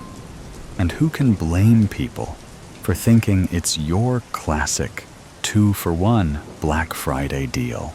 Exactly. Last year's tragic miscalculation really just came down to otherwise honest folk simply hoping to cheat Satan on one day of the year with no consequences whatsoever. They thought they could make their wildest wish come true while sacrificing the souls of 2 of their worst enemies. When you think about it, the choice of holiday makes perfect sense too. Halloween is too on the nose, and Christmas is off limits. But Thanksgiving is, well, it's a gobbledygook of whitewashed genocide and glorified capitalism. So why wouldn't Satan want to piggyback on that? Just look, and you'll find him in the eyes of crazed consumers everywhere, in that Black Friday aftermath of filth left behind by the world's worst holiday. Wow. You really hate Thanksgiving. What about cranberry sauce? You'll cut out that last part, right? I don't want to turn off potential Exosouls clients, sure. But you still haven't told me why I'm stuck in Philly traffic this Black Friday. Oh, right. So we already covered Phil, and the rest comes down to word origin. Before Black Friday found its way into the common parlance, it was used by Philadelphia traffic cops who were fed up with the crowds after Thanksgiving. This was back in the 1960s, so it all comes down to a simple misunderstanding. And hell probably wasn't trying to be nefarious here. I mean, they sent their screaming giant to Philadelphia, after all. They just thought that's where Black Friday applied. So they thought it was still 1960-something, even though Phil arrived in 2022. You're talking about relativity and time dilation, right? Yes. No. Not really. Listen, the theory of special relativity is a wonderful lens for examining the wonders of the universe, but it likely holds no meaning in hell. Perhaps whoever sent Phil is forced to experience a distorted sense of time passing on Earth to further highlight their own eternity in hell. A form of time torture, if you will. But that's just speculation, something that future research could explore. Regardless, my current research strongly suggests that hell's Black Friday deal only applies to Philadelphia traffic. What do you mean by suggests? I mean, I'm about to test your soul swap theory here, so you're sure, right? Please don't call it swap. I never mention that term once in my paper, and I don't know why. The media keeps throwing it out there. This isn't the movie Freaky Friday. We're not switching souls or bodies or anything like that. Say exchange if you must, but it's in the company name, Exo Souls, with exo meaning external and souls meaning plural. It's a simple 2-for-1 exchange, and at no point do you swap souls with anyone else. Now, do you have the Exo Souls app installed on your phone, Brett? Yeah, but I'm asking if you're sure your soul swept. Is your theory correct? Listen, there are 1,000 different researchers giving 1,000 different reasons for last year's Black Friday mishap. They blame it on wildly irresponsible statistics, poor reading skills, TikTok trends, rising obesity rates, or excess levels of tryptophan. But not one has demonstrated as high a degree of correlation as I have. I'm sure you've already read the paper, but let me offer a quick recap for those who haven't. We know for a fact that people who have toned their souls see themselves with their eyes sewn shut every time they look in a mirror, while most hellbound people don't advertise that about themselves. We also know that there was a spike in self-reported eyes sewn shut sightings last year, likely due to outrage over misinterpreting Hell's Black Friday offer. Now, I used those reports as a starting point for constructing my sparse Bayesian learning framework while accounting for normal levels of dishonesty. In addition to identifying unreported victims, my model also identifies those with unsold souls who have high hellbound risk. However, the truly surprising finding comes when looking at the distribution of likely victims. It's a fairly regular distribution. That is, it's standard for places other than the city of brotherly love, more specifically, for places devoid of Philly traffic. What I'm saying is high-traffic Philadelphia areas are almost blank spots on that distribution map of likely victims from last year's Black Friday mishap. That's where people were able to take advantage of Hell's 2-for-1 offer, because that's the area that corresponds to Hell's definition of Black Friday. It's an incredibly strong correlation. And that's why you're stuck in Philly traffic this Black Friday, Brett. Does that make sense? Yeah, I think so. Maybe you could give a quick refresher on correlation versus causation.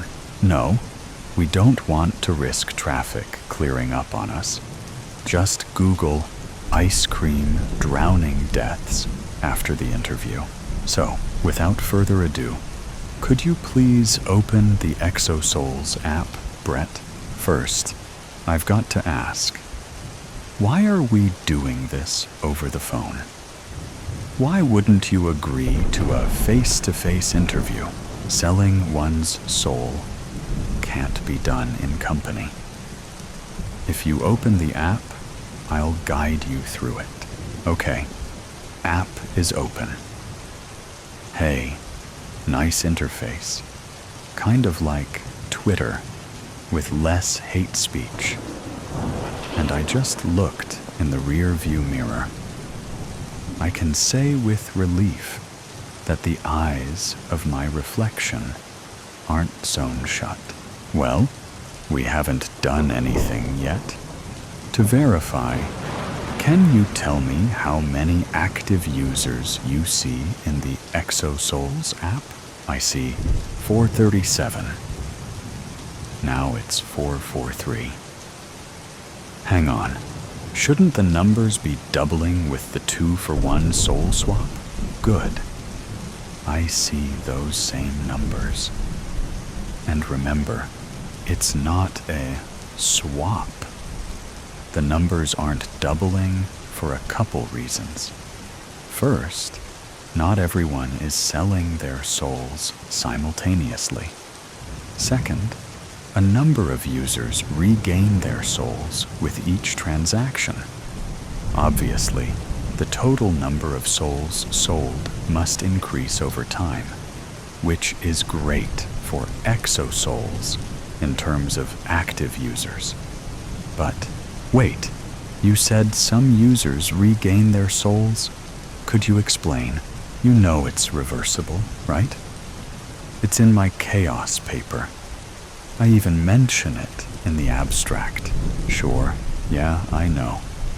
But it may be worth explaining for the sake of the interview. Okay, traffic is looking steady, so I'll give a quick example. Hell's Black Friday 2-for-1 offer requires 3 souls. 1 soul to take advantage of the offer, and 2 more souls to pay the price. So, let's call the souls A, B, and C, and say they're all stuck in Philadelphia traffic. Imagine that A makes its soul-selling wish, which marks souls B and C as bound for hell when their time on earth is done. Now, say B, whose soul has already been sold, still wants to take advantage of the 2-for-1 offer. Hell owns B, but Hell doesn't care about individuals. Hell's goal is to simply gather as many souls as possible, so it would gladly trade B for 2 unclaimed souls. Soul A is still unclaimed, but we need another unclaimed soul to make B's transaction possible. That's where Soul D comes in. If souls A and D reach out to Hell and offer their souls in place of B's, Hell can't refuse. Sure, it loses a soul, but it also gains 2. And Hell must grant B a wish for the 2-to-1 offer to still hold true. Within this scenario, the first wish led to 2 hell-bound souls, while the second wish results in a total of 3 hell-bound souls within the group. You can see that the number didn't double in this instance. Of course, that number could easily keep doubling if everyone keeps making the selfish decision. But that's the beauty of the ExoSouls app. Its algorithm was already working to balance mutual and self-interests. But this latest enhancement connects Black Friday victims with likely hellbound to boost cooperation and user engagement. Does that answer your reversibility question, Brett? Yeah. And then some. But I mean that in a good way. You have me convinced. How do I get started?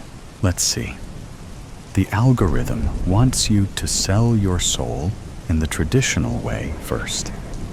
That means no taking advantage of the 2-for-1 offer just yet. After that, ExoSouls will pair you with 2 unclaimed souls, so you can regain your soul.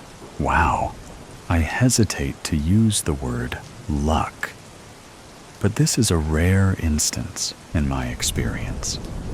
At the risk of sounding redundant, I'd even go so far as to say ultra rare.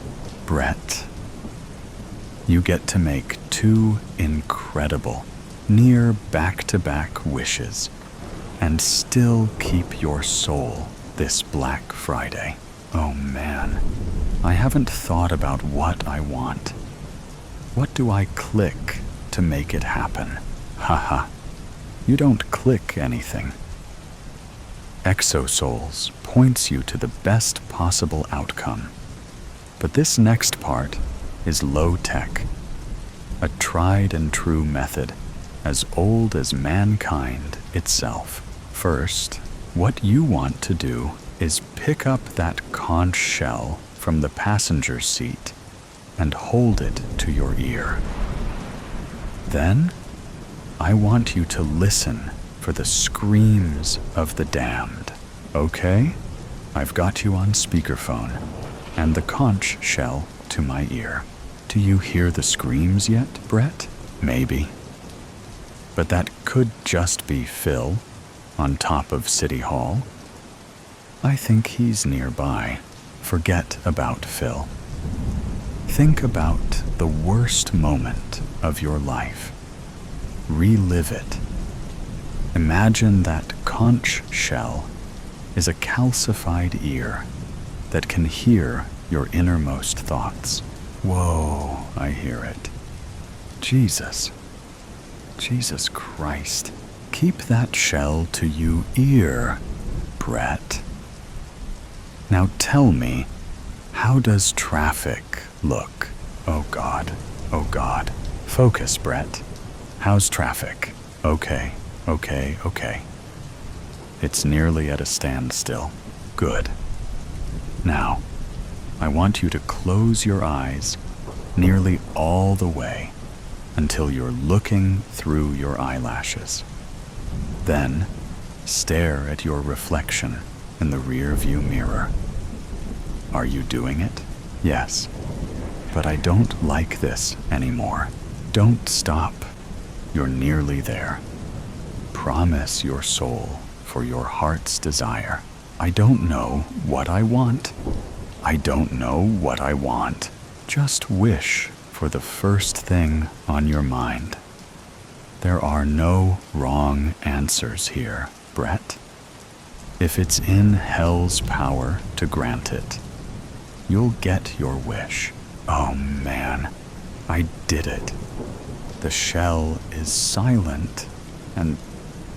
oh God, that's awful. What do you see? I see my own eyes sewn shut in the mirror. How is that possible? Yeah, no one ever gets used to it. But the good news is I'm working on augmented reality glasses to add eyes to mirrors for those who've sold their souls. And the even better news is you've managed to successfully sell your soul. Now, exosouls should find a pair of unclaimed souls for you soon here. We're up to 643 active users, so maybe some are right next to you in traffic while we wait. And if you don't mind me asking, what was your wish?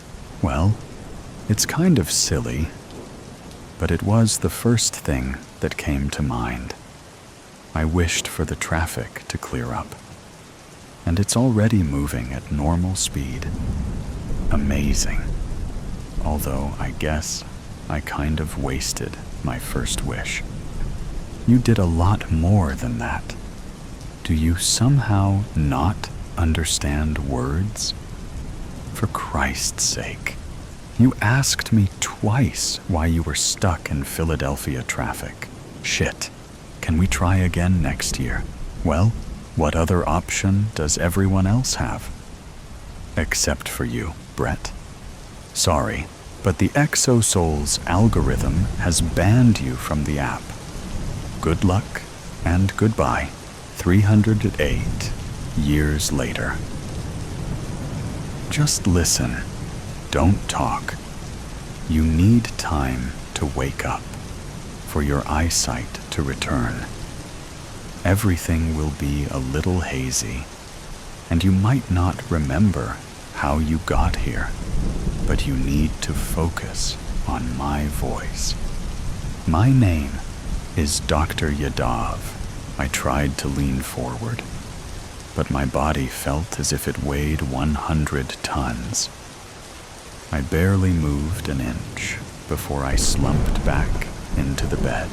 This is going to be a lot to hear at once, but it's important that you know these things right away.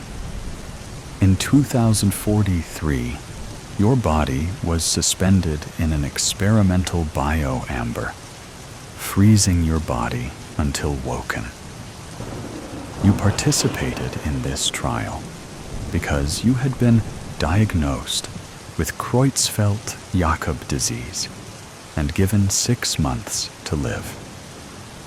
At the time of your diagnosis, researchers estimated that they were less than 30 years from finalizing a cure.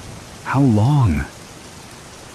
I coughed, a thin film of bioamber, tasting like burnt paracetamol, covering every receptor inside my mouth, nose, and throat. You can talk. That's excellent. Much quicker than the others. Excellent. Superb, he said, pausing to make a note. Well, I don't mean to use too much of an old cliché, but there's bad news and there's good news.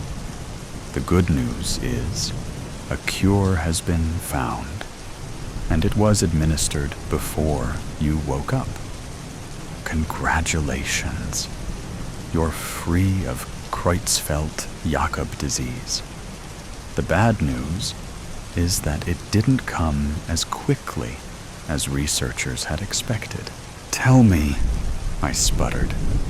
My eyelids flickered as I tried to force them open. The agreement that you signed stipulated that you were only to be woken up after a cure had been found. The year is now 2351. You didn't know that it would take 308 years when you signed that document. And for that, I am truly sorry. There should have been a clause in the agreement that prevented this scenario from coming to fruition. There was much debate within the scientific community as to whether or not you should be woken up. And I hope that you feel we made the right choice. Mr. Jones, welcome to the 24th century. This isn't funny, I snapped, but I already knew that he was telling the truth. I could feel it in the tone of his voice, the way the air felt as I breathed it in, the unfamiliar ambient noise trickling into the room. But I couldn't admit it. Not yet. Did Angela put you up to this? What the hell is going on? Said the doctor, tapping away at a device. After a short pause, he told me that it appears your sister was buried in July 2089. I'm so sorry for your loss. Once you've fully recovered, we can take you to where she was buried, if you'd like. My vision was returning, each second bringing a small increase in light.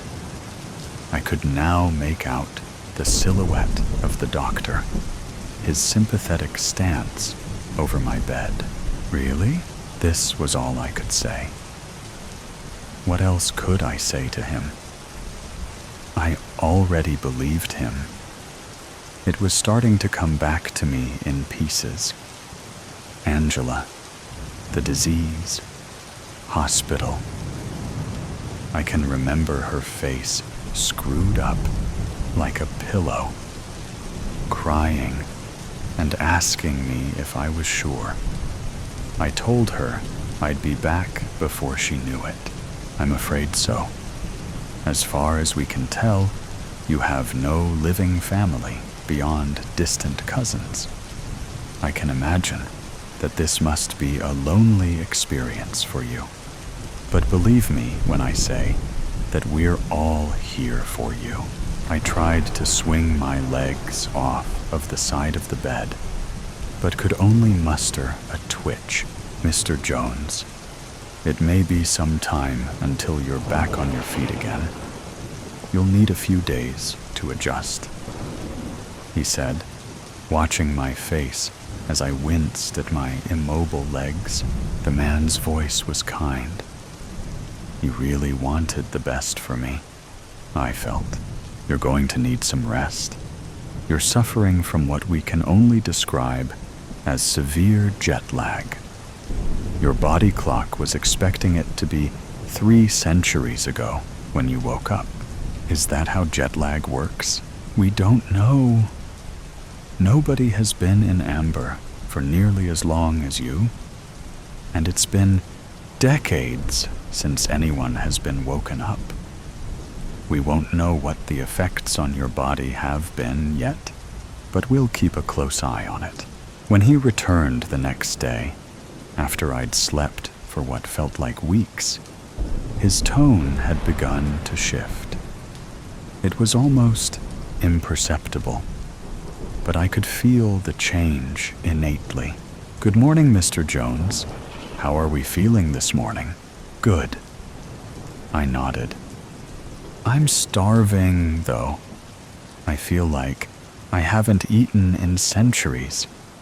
Do you have anything?" Dr. Yadav smiled, pointing toward the tubes that connected my forearm to a machine next to the bed.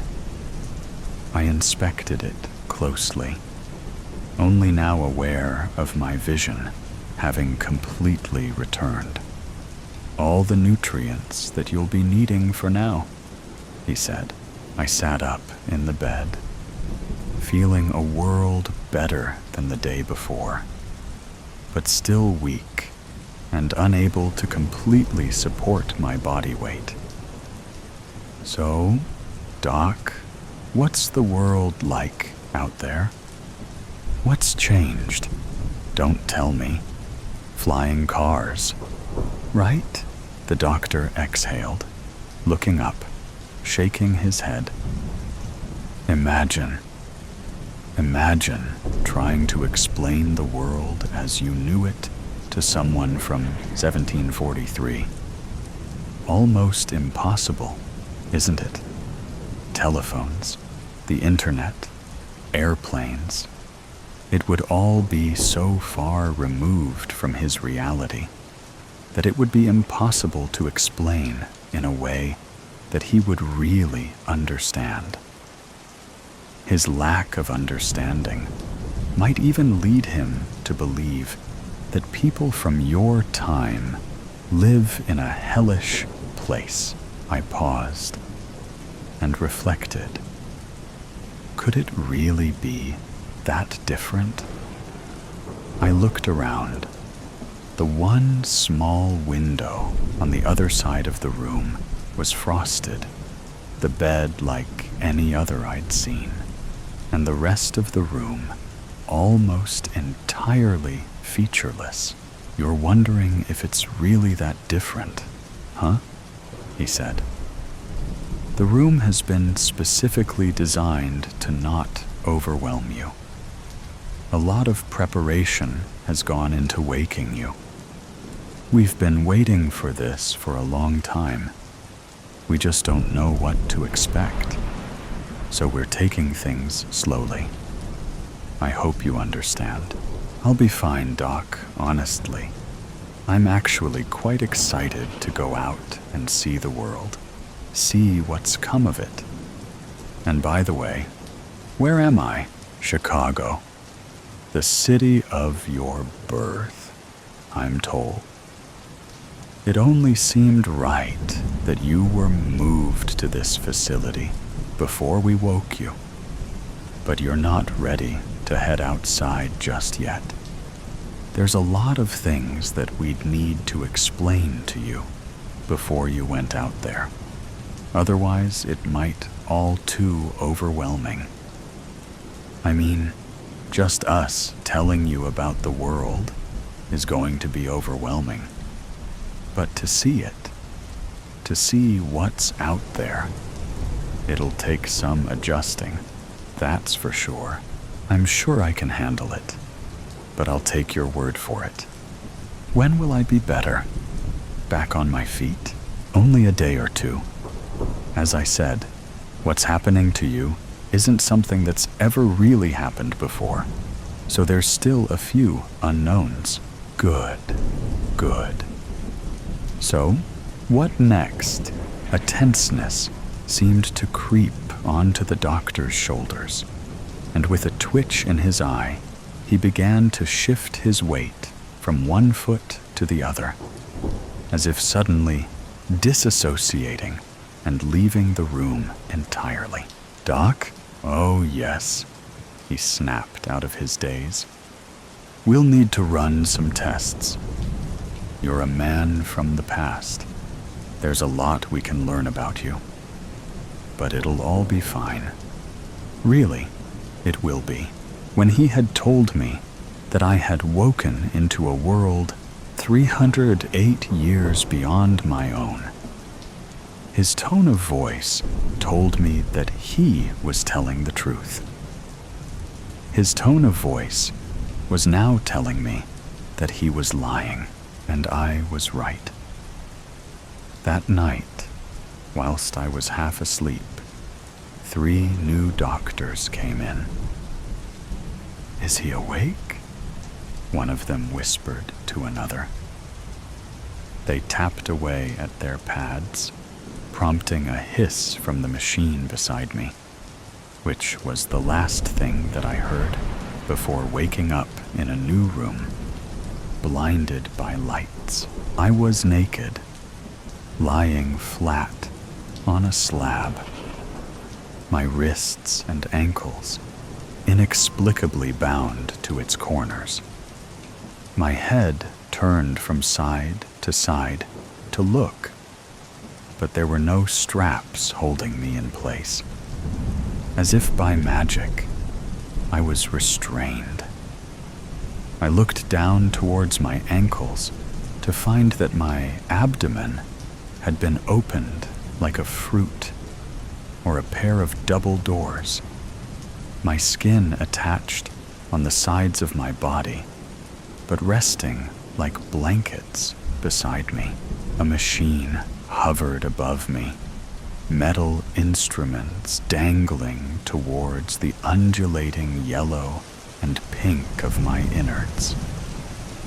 Immediately, I screamed, and the machine spun towards me before I passed out again. I awoke back in my bed, slowly at first, before shifting into a panicked scramble up the bed. I lifted my shirt quickly, but found nothing. No evidence of surgery. Panting, I began to realize that it was simply a dream. There was no other explanation. An awful dream, so vivid, so frightening, that if I hadn't had woken, I would have never known not to be reality. The doctor came in. Mr. Jones, how are you feeling? You're looking a little sweaty. I'll get the heat turned down. He tapped away at his device. Just a bad dream. I'm fine. I guess I'm just adjusting to being awake after all this time. Yes, when we're treading new biological waters, we're bound to discover new effects on the human body and mind. That's why it's important for you to stay here, under observation for the time being. But listen, that's not why I'm here, he said, walking to the window, picking up a seat under it, and bringing it back to place beside the bed. Sitting down, taking on a somber expression, he explained, "There is a legal responsibility as your doctor to fully inform you of your options, all of them. Since you're not from this time, you won't know that euthanasia is a common practice now. We don't force anyone to choose between life or a brutal, self-inflicted death. You should know that being a patient of ours, this is something we can provide to you for free. It's designed to be quite pleasant. I just want you to know that this option will always be available. Thanks, Doc, I chuckled. Good to know, he nodded, tapped at his device again, catching me completely off guard. I was now falling asleep again. In the first few moments, I wondered if I had miscommunicated. Perhaps this was euthanasia. Was I dying? Was I being sedated? I should have been clearer. I tried to protest, but only managed a small murmur before slipping under. When I awoke, I was back on that terrible slab, held captive again under the piercing lights of the operating table. I looked down to find that, whilst my abdomen was intact, there was something wrong with my leg. I couldn't put my finger on it at first, but it didn't look or feel as it should. I looked across to find that cruel machine again. This time it was facing away from me, inspecting something. I squinted, trying to shut out the operating lights and focus. It was holding something. A stick. Something white, slightly yellowish. It spun around and zipped back to hover over me again, obscuring the view of my strange leg. It moved in such an impossible way, as if completely weightless, like a ghost. Just then, a piercing, white-hot pain shot up my leg. My muscles seized up, turning to stone, as pain flooded and swelled into every fiber of tissue. Through the pain, I moved my head to get a better look. Two of its arachnid appendages were sliding my shin bone back into my body through a small opening below my knee. I cried out, wailed even, before fainting. The machine didn't even need to sedate me. Waking once more, back in my bed, I pulled up my linen trouser leg. Nothing. I sigh, adjusting myself back into bed, the image of the machine still bright in my mind. I felt almost embarrassed to have dreamt something so unrealistic, so childish. It was made of a black metal, the deepest black, whilst at the same time being as shiny as a serving spoon. Its body was spherical, with a number of appendages hanging down below it, like the legs of a bug or an arachnid. At the end of each of them, some kind of tool or device, blades, rods, syringes. And when it had turned to me, I had seen that a part of its spherical surface was in fact a tinted glass, a glint of light revealing a large lens behind it. And the strangest thing, it glided around so quickly without making even the slightest sound. It was completely silent. I suppose my imagination couldn't stretch as far as imagining a sound for it. After a short while, an orderly entered the room. "From the doctor," he said, as he handed me one of their devices. It was square, about half the size of a piece of paper and was transparent, but only from the side with the interface. On the screen was a short paragraph about euthanasia, with 2 options below it: accept, decline. I pressed decline and felt the sensation of pressing a physical button, suspended in 3 dimensions inside the device. The orderly, having waited patiently, took the device and turned to leave. As he was making his exit, he hesitated, pausing in his stride for a minute and beginning to turn before recommitting to his path. "Everything okay?" I asked. He paused again, taking his time to think before he turned. I'm sorry," he said, visibly nervous. He was small, childlike, no older than 20. "I've heard so much about you, and to see you here, I can't believe it. I studied about you. You're really from the 2040s? I nodded, smiling like a wise old monk. "So, what was it like? The past? Was it like they say?" "Well, what do they say?" "They say it was good. A simple way of living. The birth of technology, the information era. I can't imagine what it was like." "Yeah, it was good. I miss it a lot. If only I knew what this world was like, I would have some point of reference to describe my own time to him. It sure didn't feel simple at the time, but maybe stuff got even more complicated since then."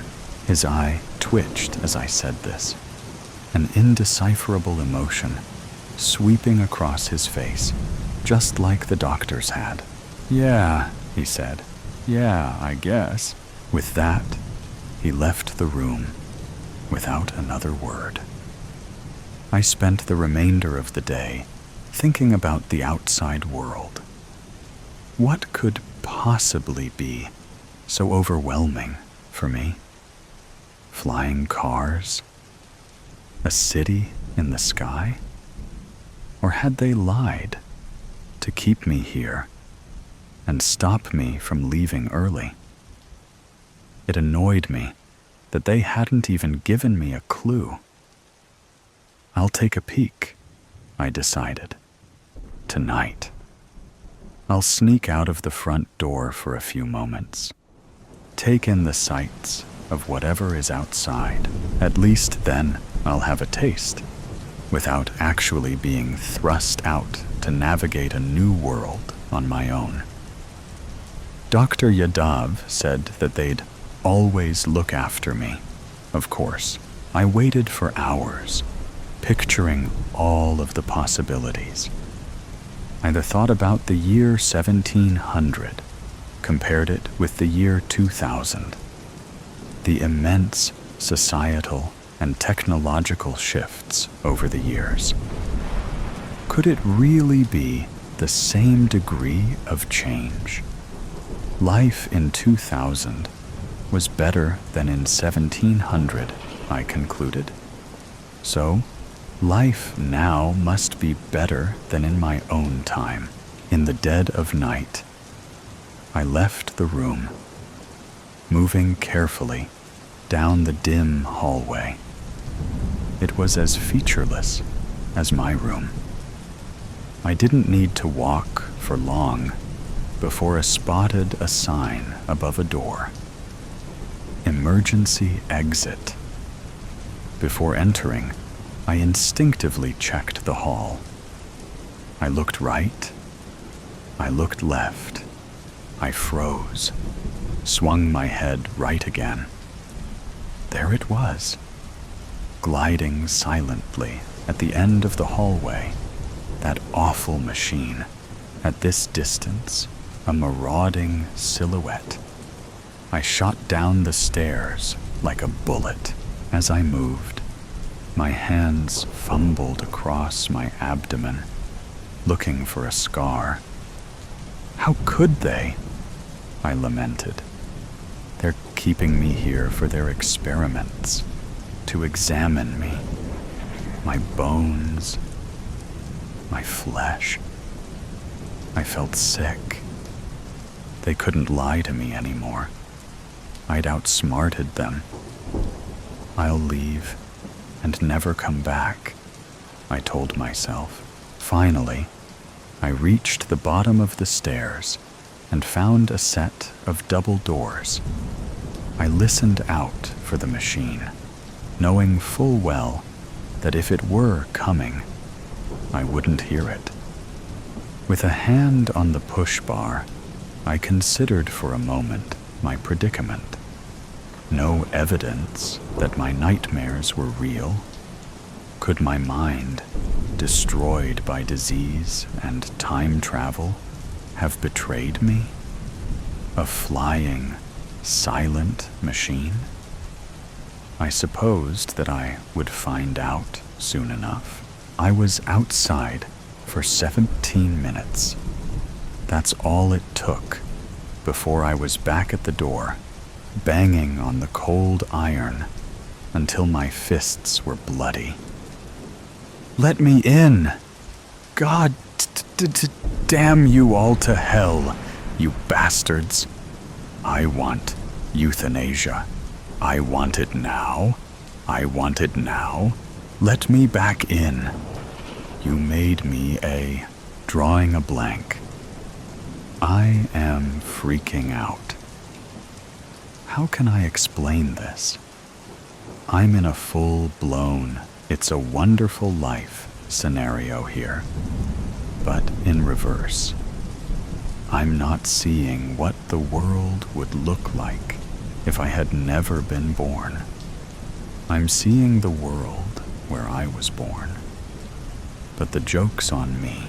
You know, like when a guy walks up to you and addresses you by name, and you've got no idea who he is. Now, you're damned if you do, and damned if you don't, right? Say, "Who are you again?" And you've offended the guy. Greet him like an old buddy, and he's going to expect you to comment on your shared past. I mean, clearly, you've met him before, and he remembers that meeting. He knows who you are, but you don't know him from Adam. Now, let's take that lovely little conundrum and grow that to the size of a galaxy. And maybe you'll begin to get an idea of what I'm dealing with here. For me, it's everyone and everything. My mind has completely drawn a blank, taking inventory. I'm in the student center. This is the College of New Jersey. It doesn't look familiar, but there's a sign by the bookstore that gives away the setting. There's an Introduction to Psychology textbook in my hands. A flat screen with a list of rooms for final exams is on the brick wall by the bookstore. So, it is exam season. I have a psychology class, and it's freezing outside. I'm wearing a full-length pea coat, a black one, with those big buttons, lapels, and an extended collar, indicating it is December. I'm a man in my early 20s, judging by the reflection staring back at me from the window of the bookstore. And I'm well put together, if I do say so myself. Harry, did you bone up on Professor Panarella's legendary hypotheticals? A voice behind me says. So, judging by this, I'm Harry. whoever the hell that is, turning, I see a prim, bleary-eyed blonde with blue eyes, bangs, and a sorority sweatshirt, clutching a large metal coffee travel tumbler to her chest. The sweater has the name Penny written on it in block letters, so I'm guessing she's Penny. I'm kind of at a loss, to be honest, I say. Shit, Harry. Again? I know you are kind of a prodigy, but this is Panarella we're talking about. He's got a reputation for failing students who are unprepared. You can't just wing this one. Well, this is confidence-inspiring. Where do ideas come from? Where do memories reside? Where does your mind go when it wanders? Where would one go to track it down again? These are not matters of metaphysical concern. These are life and death issues. I mean, I'm royally screwed here. Penny provides me with a clue. I mean, out of everyone, I'd think you'd be ready for the exam.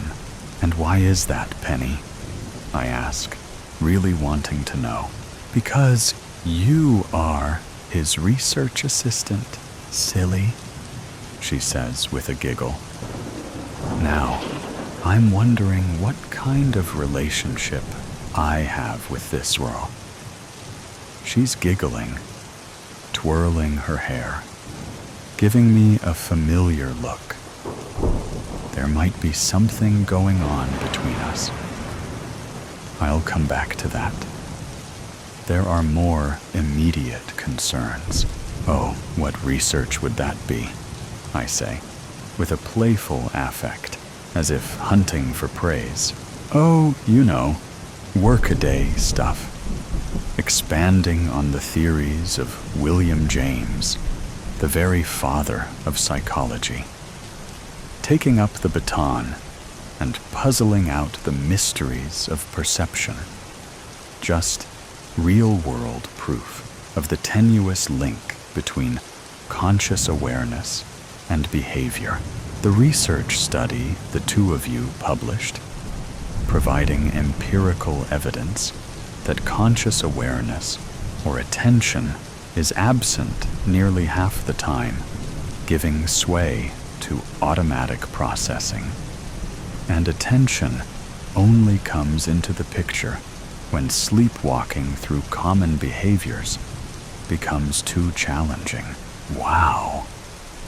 This girl has got it bad. She has, like, a dossier of my accomplishments. Huh? I say, for lack of a more appropriate grunt to express the tangled ball of emotions that her little speech has brought to the surface.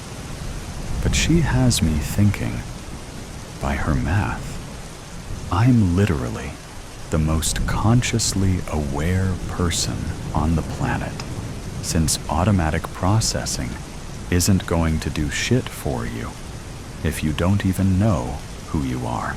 I attempt to draw her out with aplomb, asking, which study was that again? The driving study, where you guys put sensors on people's heads while driving and determined that their attention was completely absent, gone, their minds wandering, only being called back when something unexpected happened on the road that required their full attention. Zobin, you're saying that attention is a spectrum, that our minds are here and there, wandering off in space, then returning only when needed? I ask. Well, that was your thesis, she said, chewing on a Bic pen. You feeling okay, Harry? she asks. Not remotely, I say. Can we sit down? Sure, honey. We've got a few hours before the exam, and Penny leads me into the Rathskeller, where I immediately order a beer. Budweiser? Big Mike asks. I call him that because it is on the name tag, not because I remember. Sure, I say, assuming he knows what I drink. Are you sure it's a good idea to drink right now? You've got an exam, Penny says. Under normal circumstances, I'd say no, but I need something. I don't feel well, I say. You look pale, she says. Your lips are blue, Harry. I hear an echo. Your lips are blue, Harry. Blue, Harry. Blue, Harry. I see her, bright blue. Yes, floating away from me. Her head inflating like a balloon. And this is when shit starts to get weird. The blood pounds in my ears. Breathe. My vision recedes, leaving me peering out at her through occluded fisheye lenses. The acidic cringe of bile rises in my throat. Just breathe. A cold sweat drenches my forehead. Deep breaths now, Harry. My shoulders writhe with spasms, and the back of my head burns like it is resting on a literal furnace. The shimmer of the sensation running along the temples to the front of my head. And somewhere inside, I know that I can't stop it. I have to let this play out.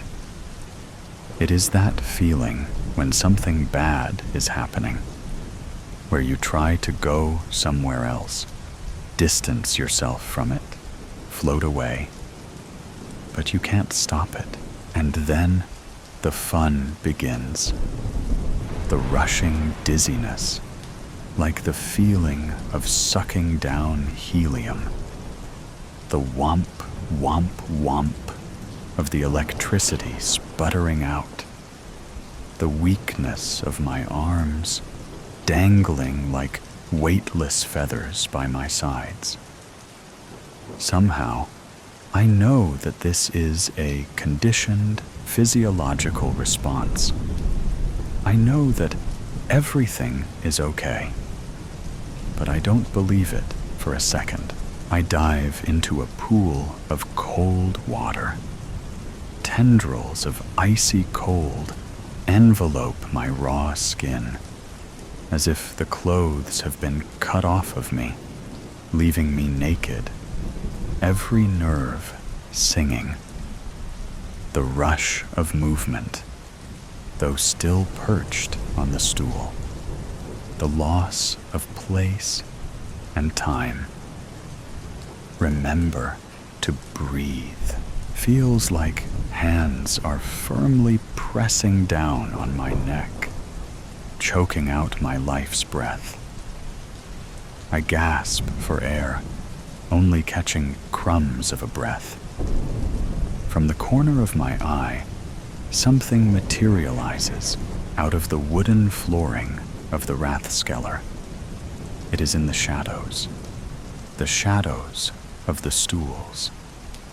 They lengthen and enlarge, running away toward the walls, and then snap back and pulse into 3 dimensions, and rise from the floor like cloaked assassins, their voices a droning electric hum, accented by mirthful screeches.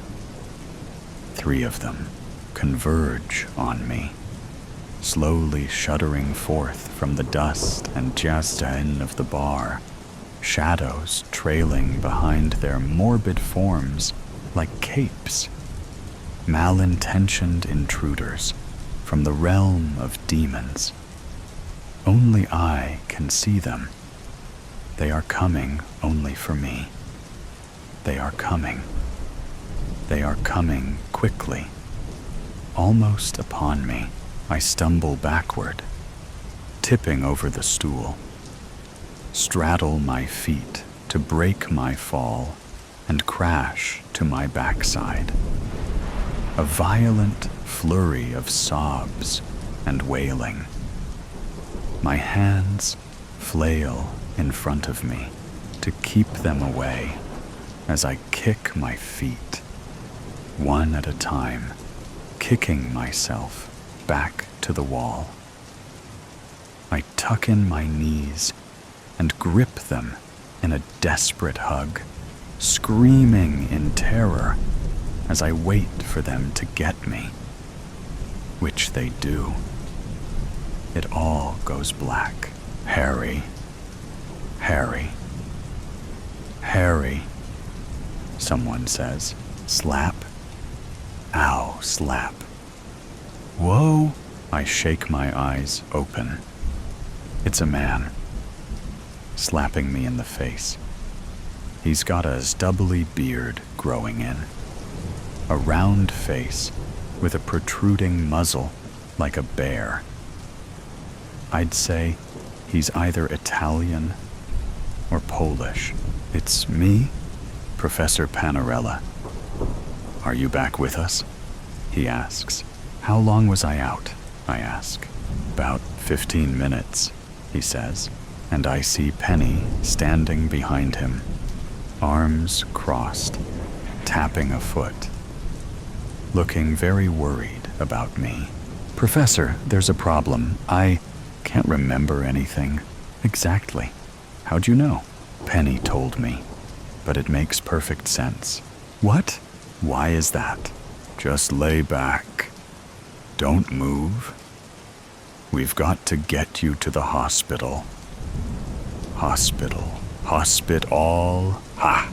Spit all. The world whomps and pulses, and my eyes close. And then I am back, sitting up in the hospital bed. Panarella is there. Penny is there, asleep in a chair, with her legs up on a table. The white curtain is drawn back. The hospital bed is perched up so that I am looking forward in a seated position. Panarella approaches me with a syringe and injects it into my arm. I put up my other hand to protest, but I am so drained of energy. I just go with it. This is what you get for playing God, Harry, he says. Who do you think you are, goddamn Jonas Salk? Panarella asks. Wait. Are you saying that I did this to myself? I ask. Relevance, impartiality, welfare, and consent. Ethical canons of the research scientist. Remember those? He asks.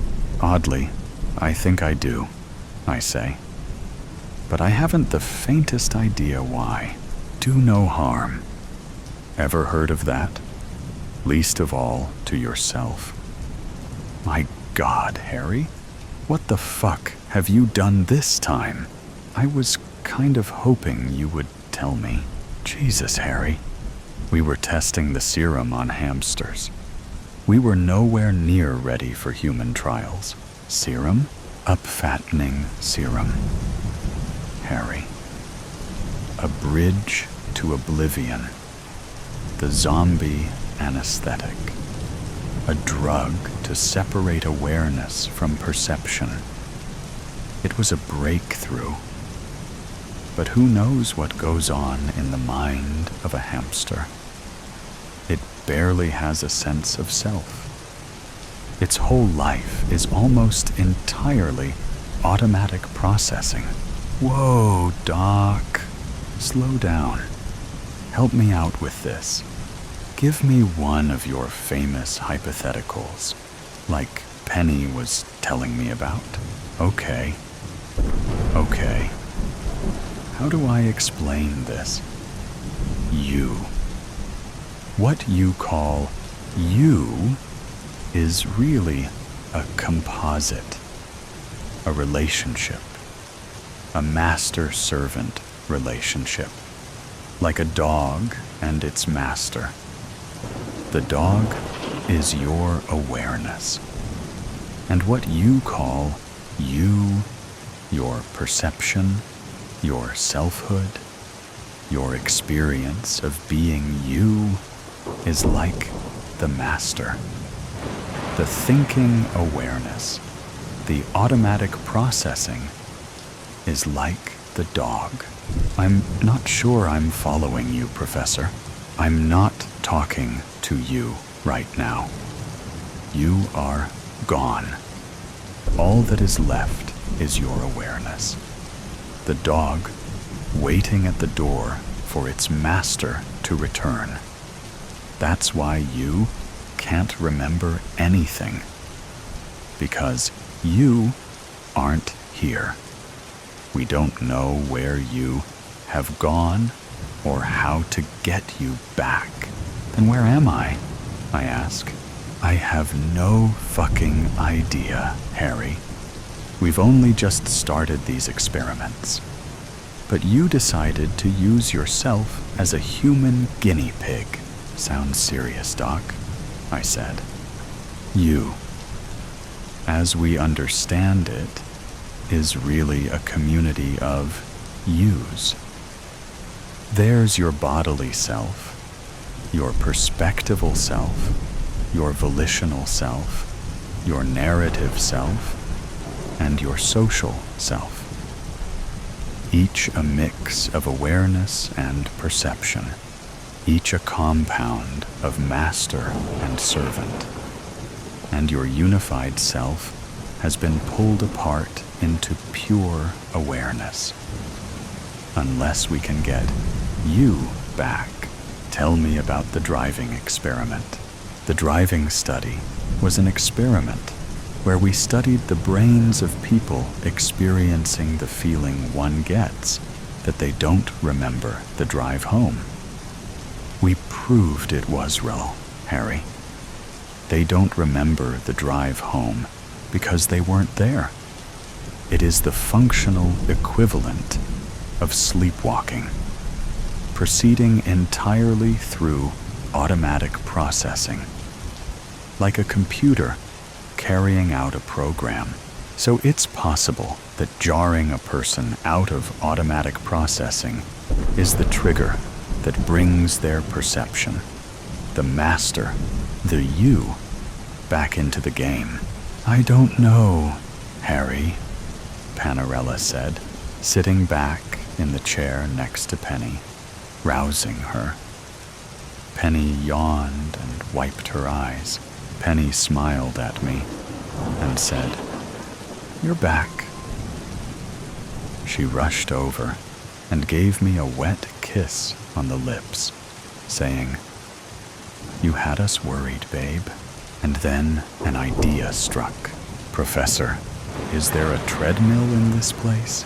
A few minutes later, the neurologist hooked up electrodes to my head. I stepped up on the platform of the treadmill. "Are you ready, Professor?" I asked. "This is insane," he said. "Well, can't hurt to give it a shot. Now remember, I'm going to go on running at a steady pace. I'm going to listen to some music, and I'll be blindfolded. We're going to keep it going like that for 10 minutes or so. Then, without any warning, stop the treadmill. I'll have to deal with the sudden shift in velocity. I'll be pulled out of automatic processing. I'll have to come home, and the treadmill starts whirring.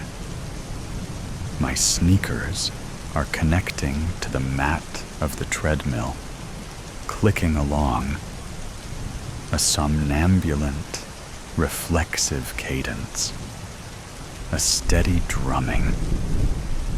The music in the headphones is at 150 BPM. I breathe rhythmically. I focus on my stride, the autonomous swinging of my arms, the automatic recoil of my hamstrings, the feeling of flying laterally. My mind wanders. Will I like my life with Penny? Will I be happy with the results of my research position with Panarella?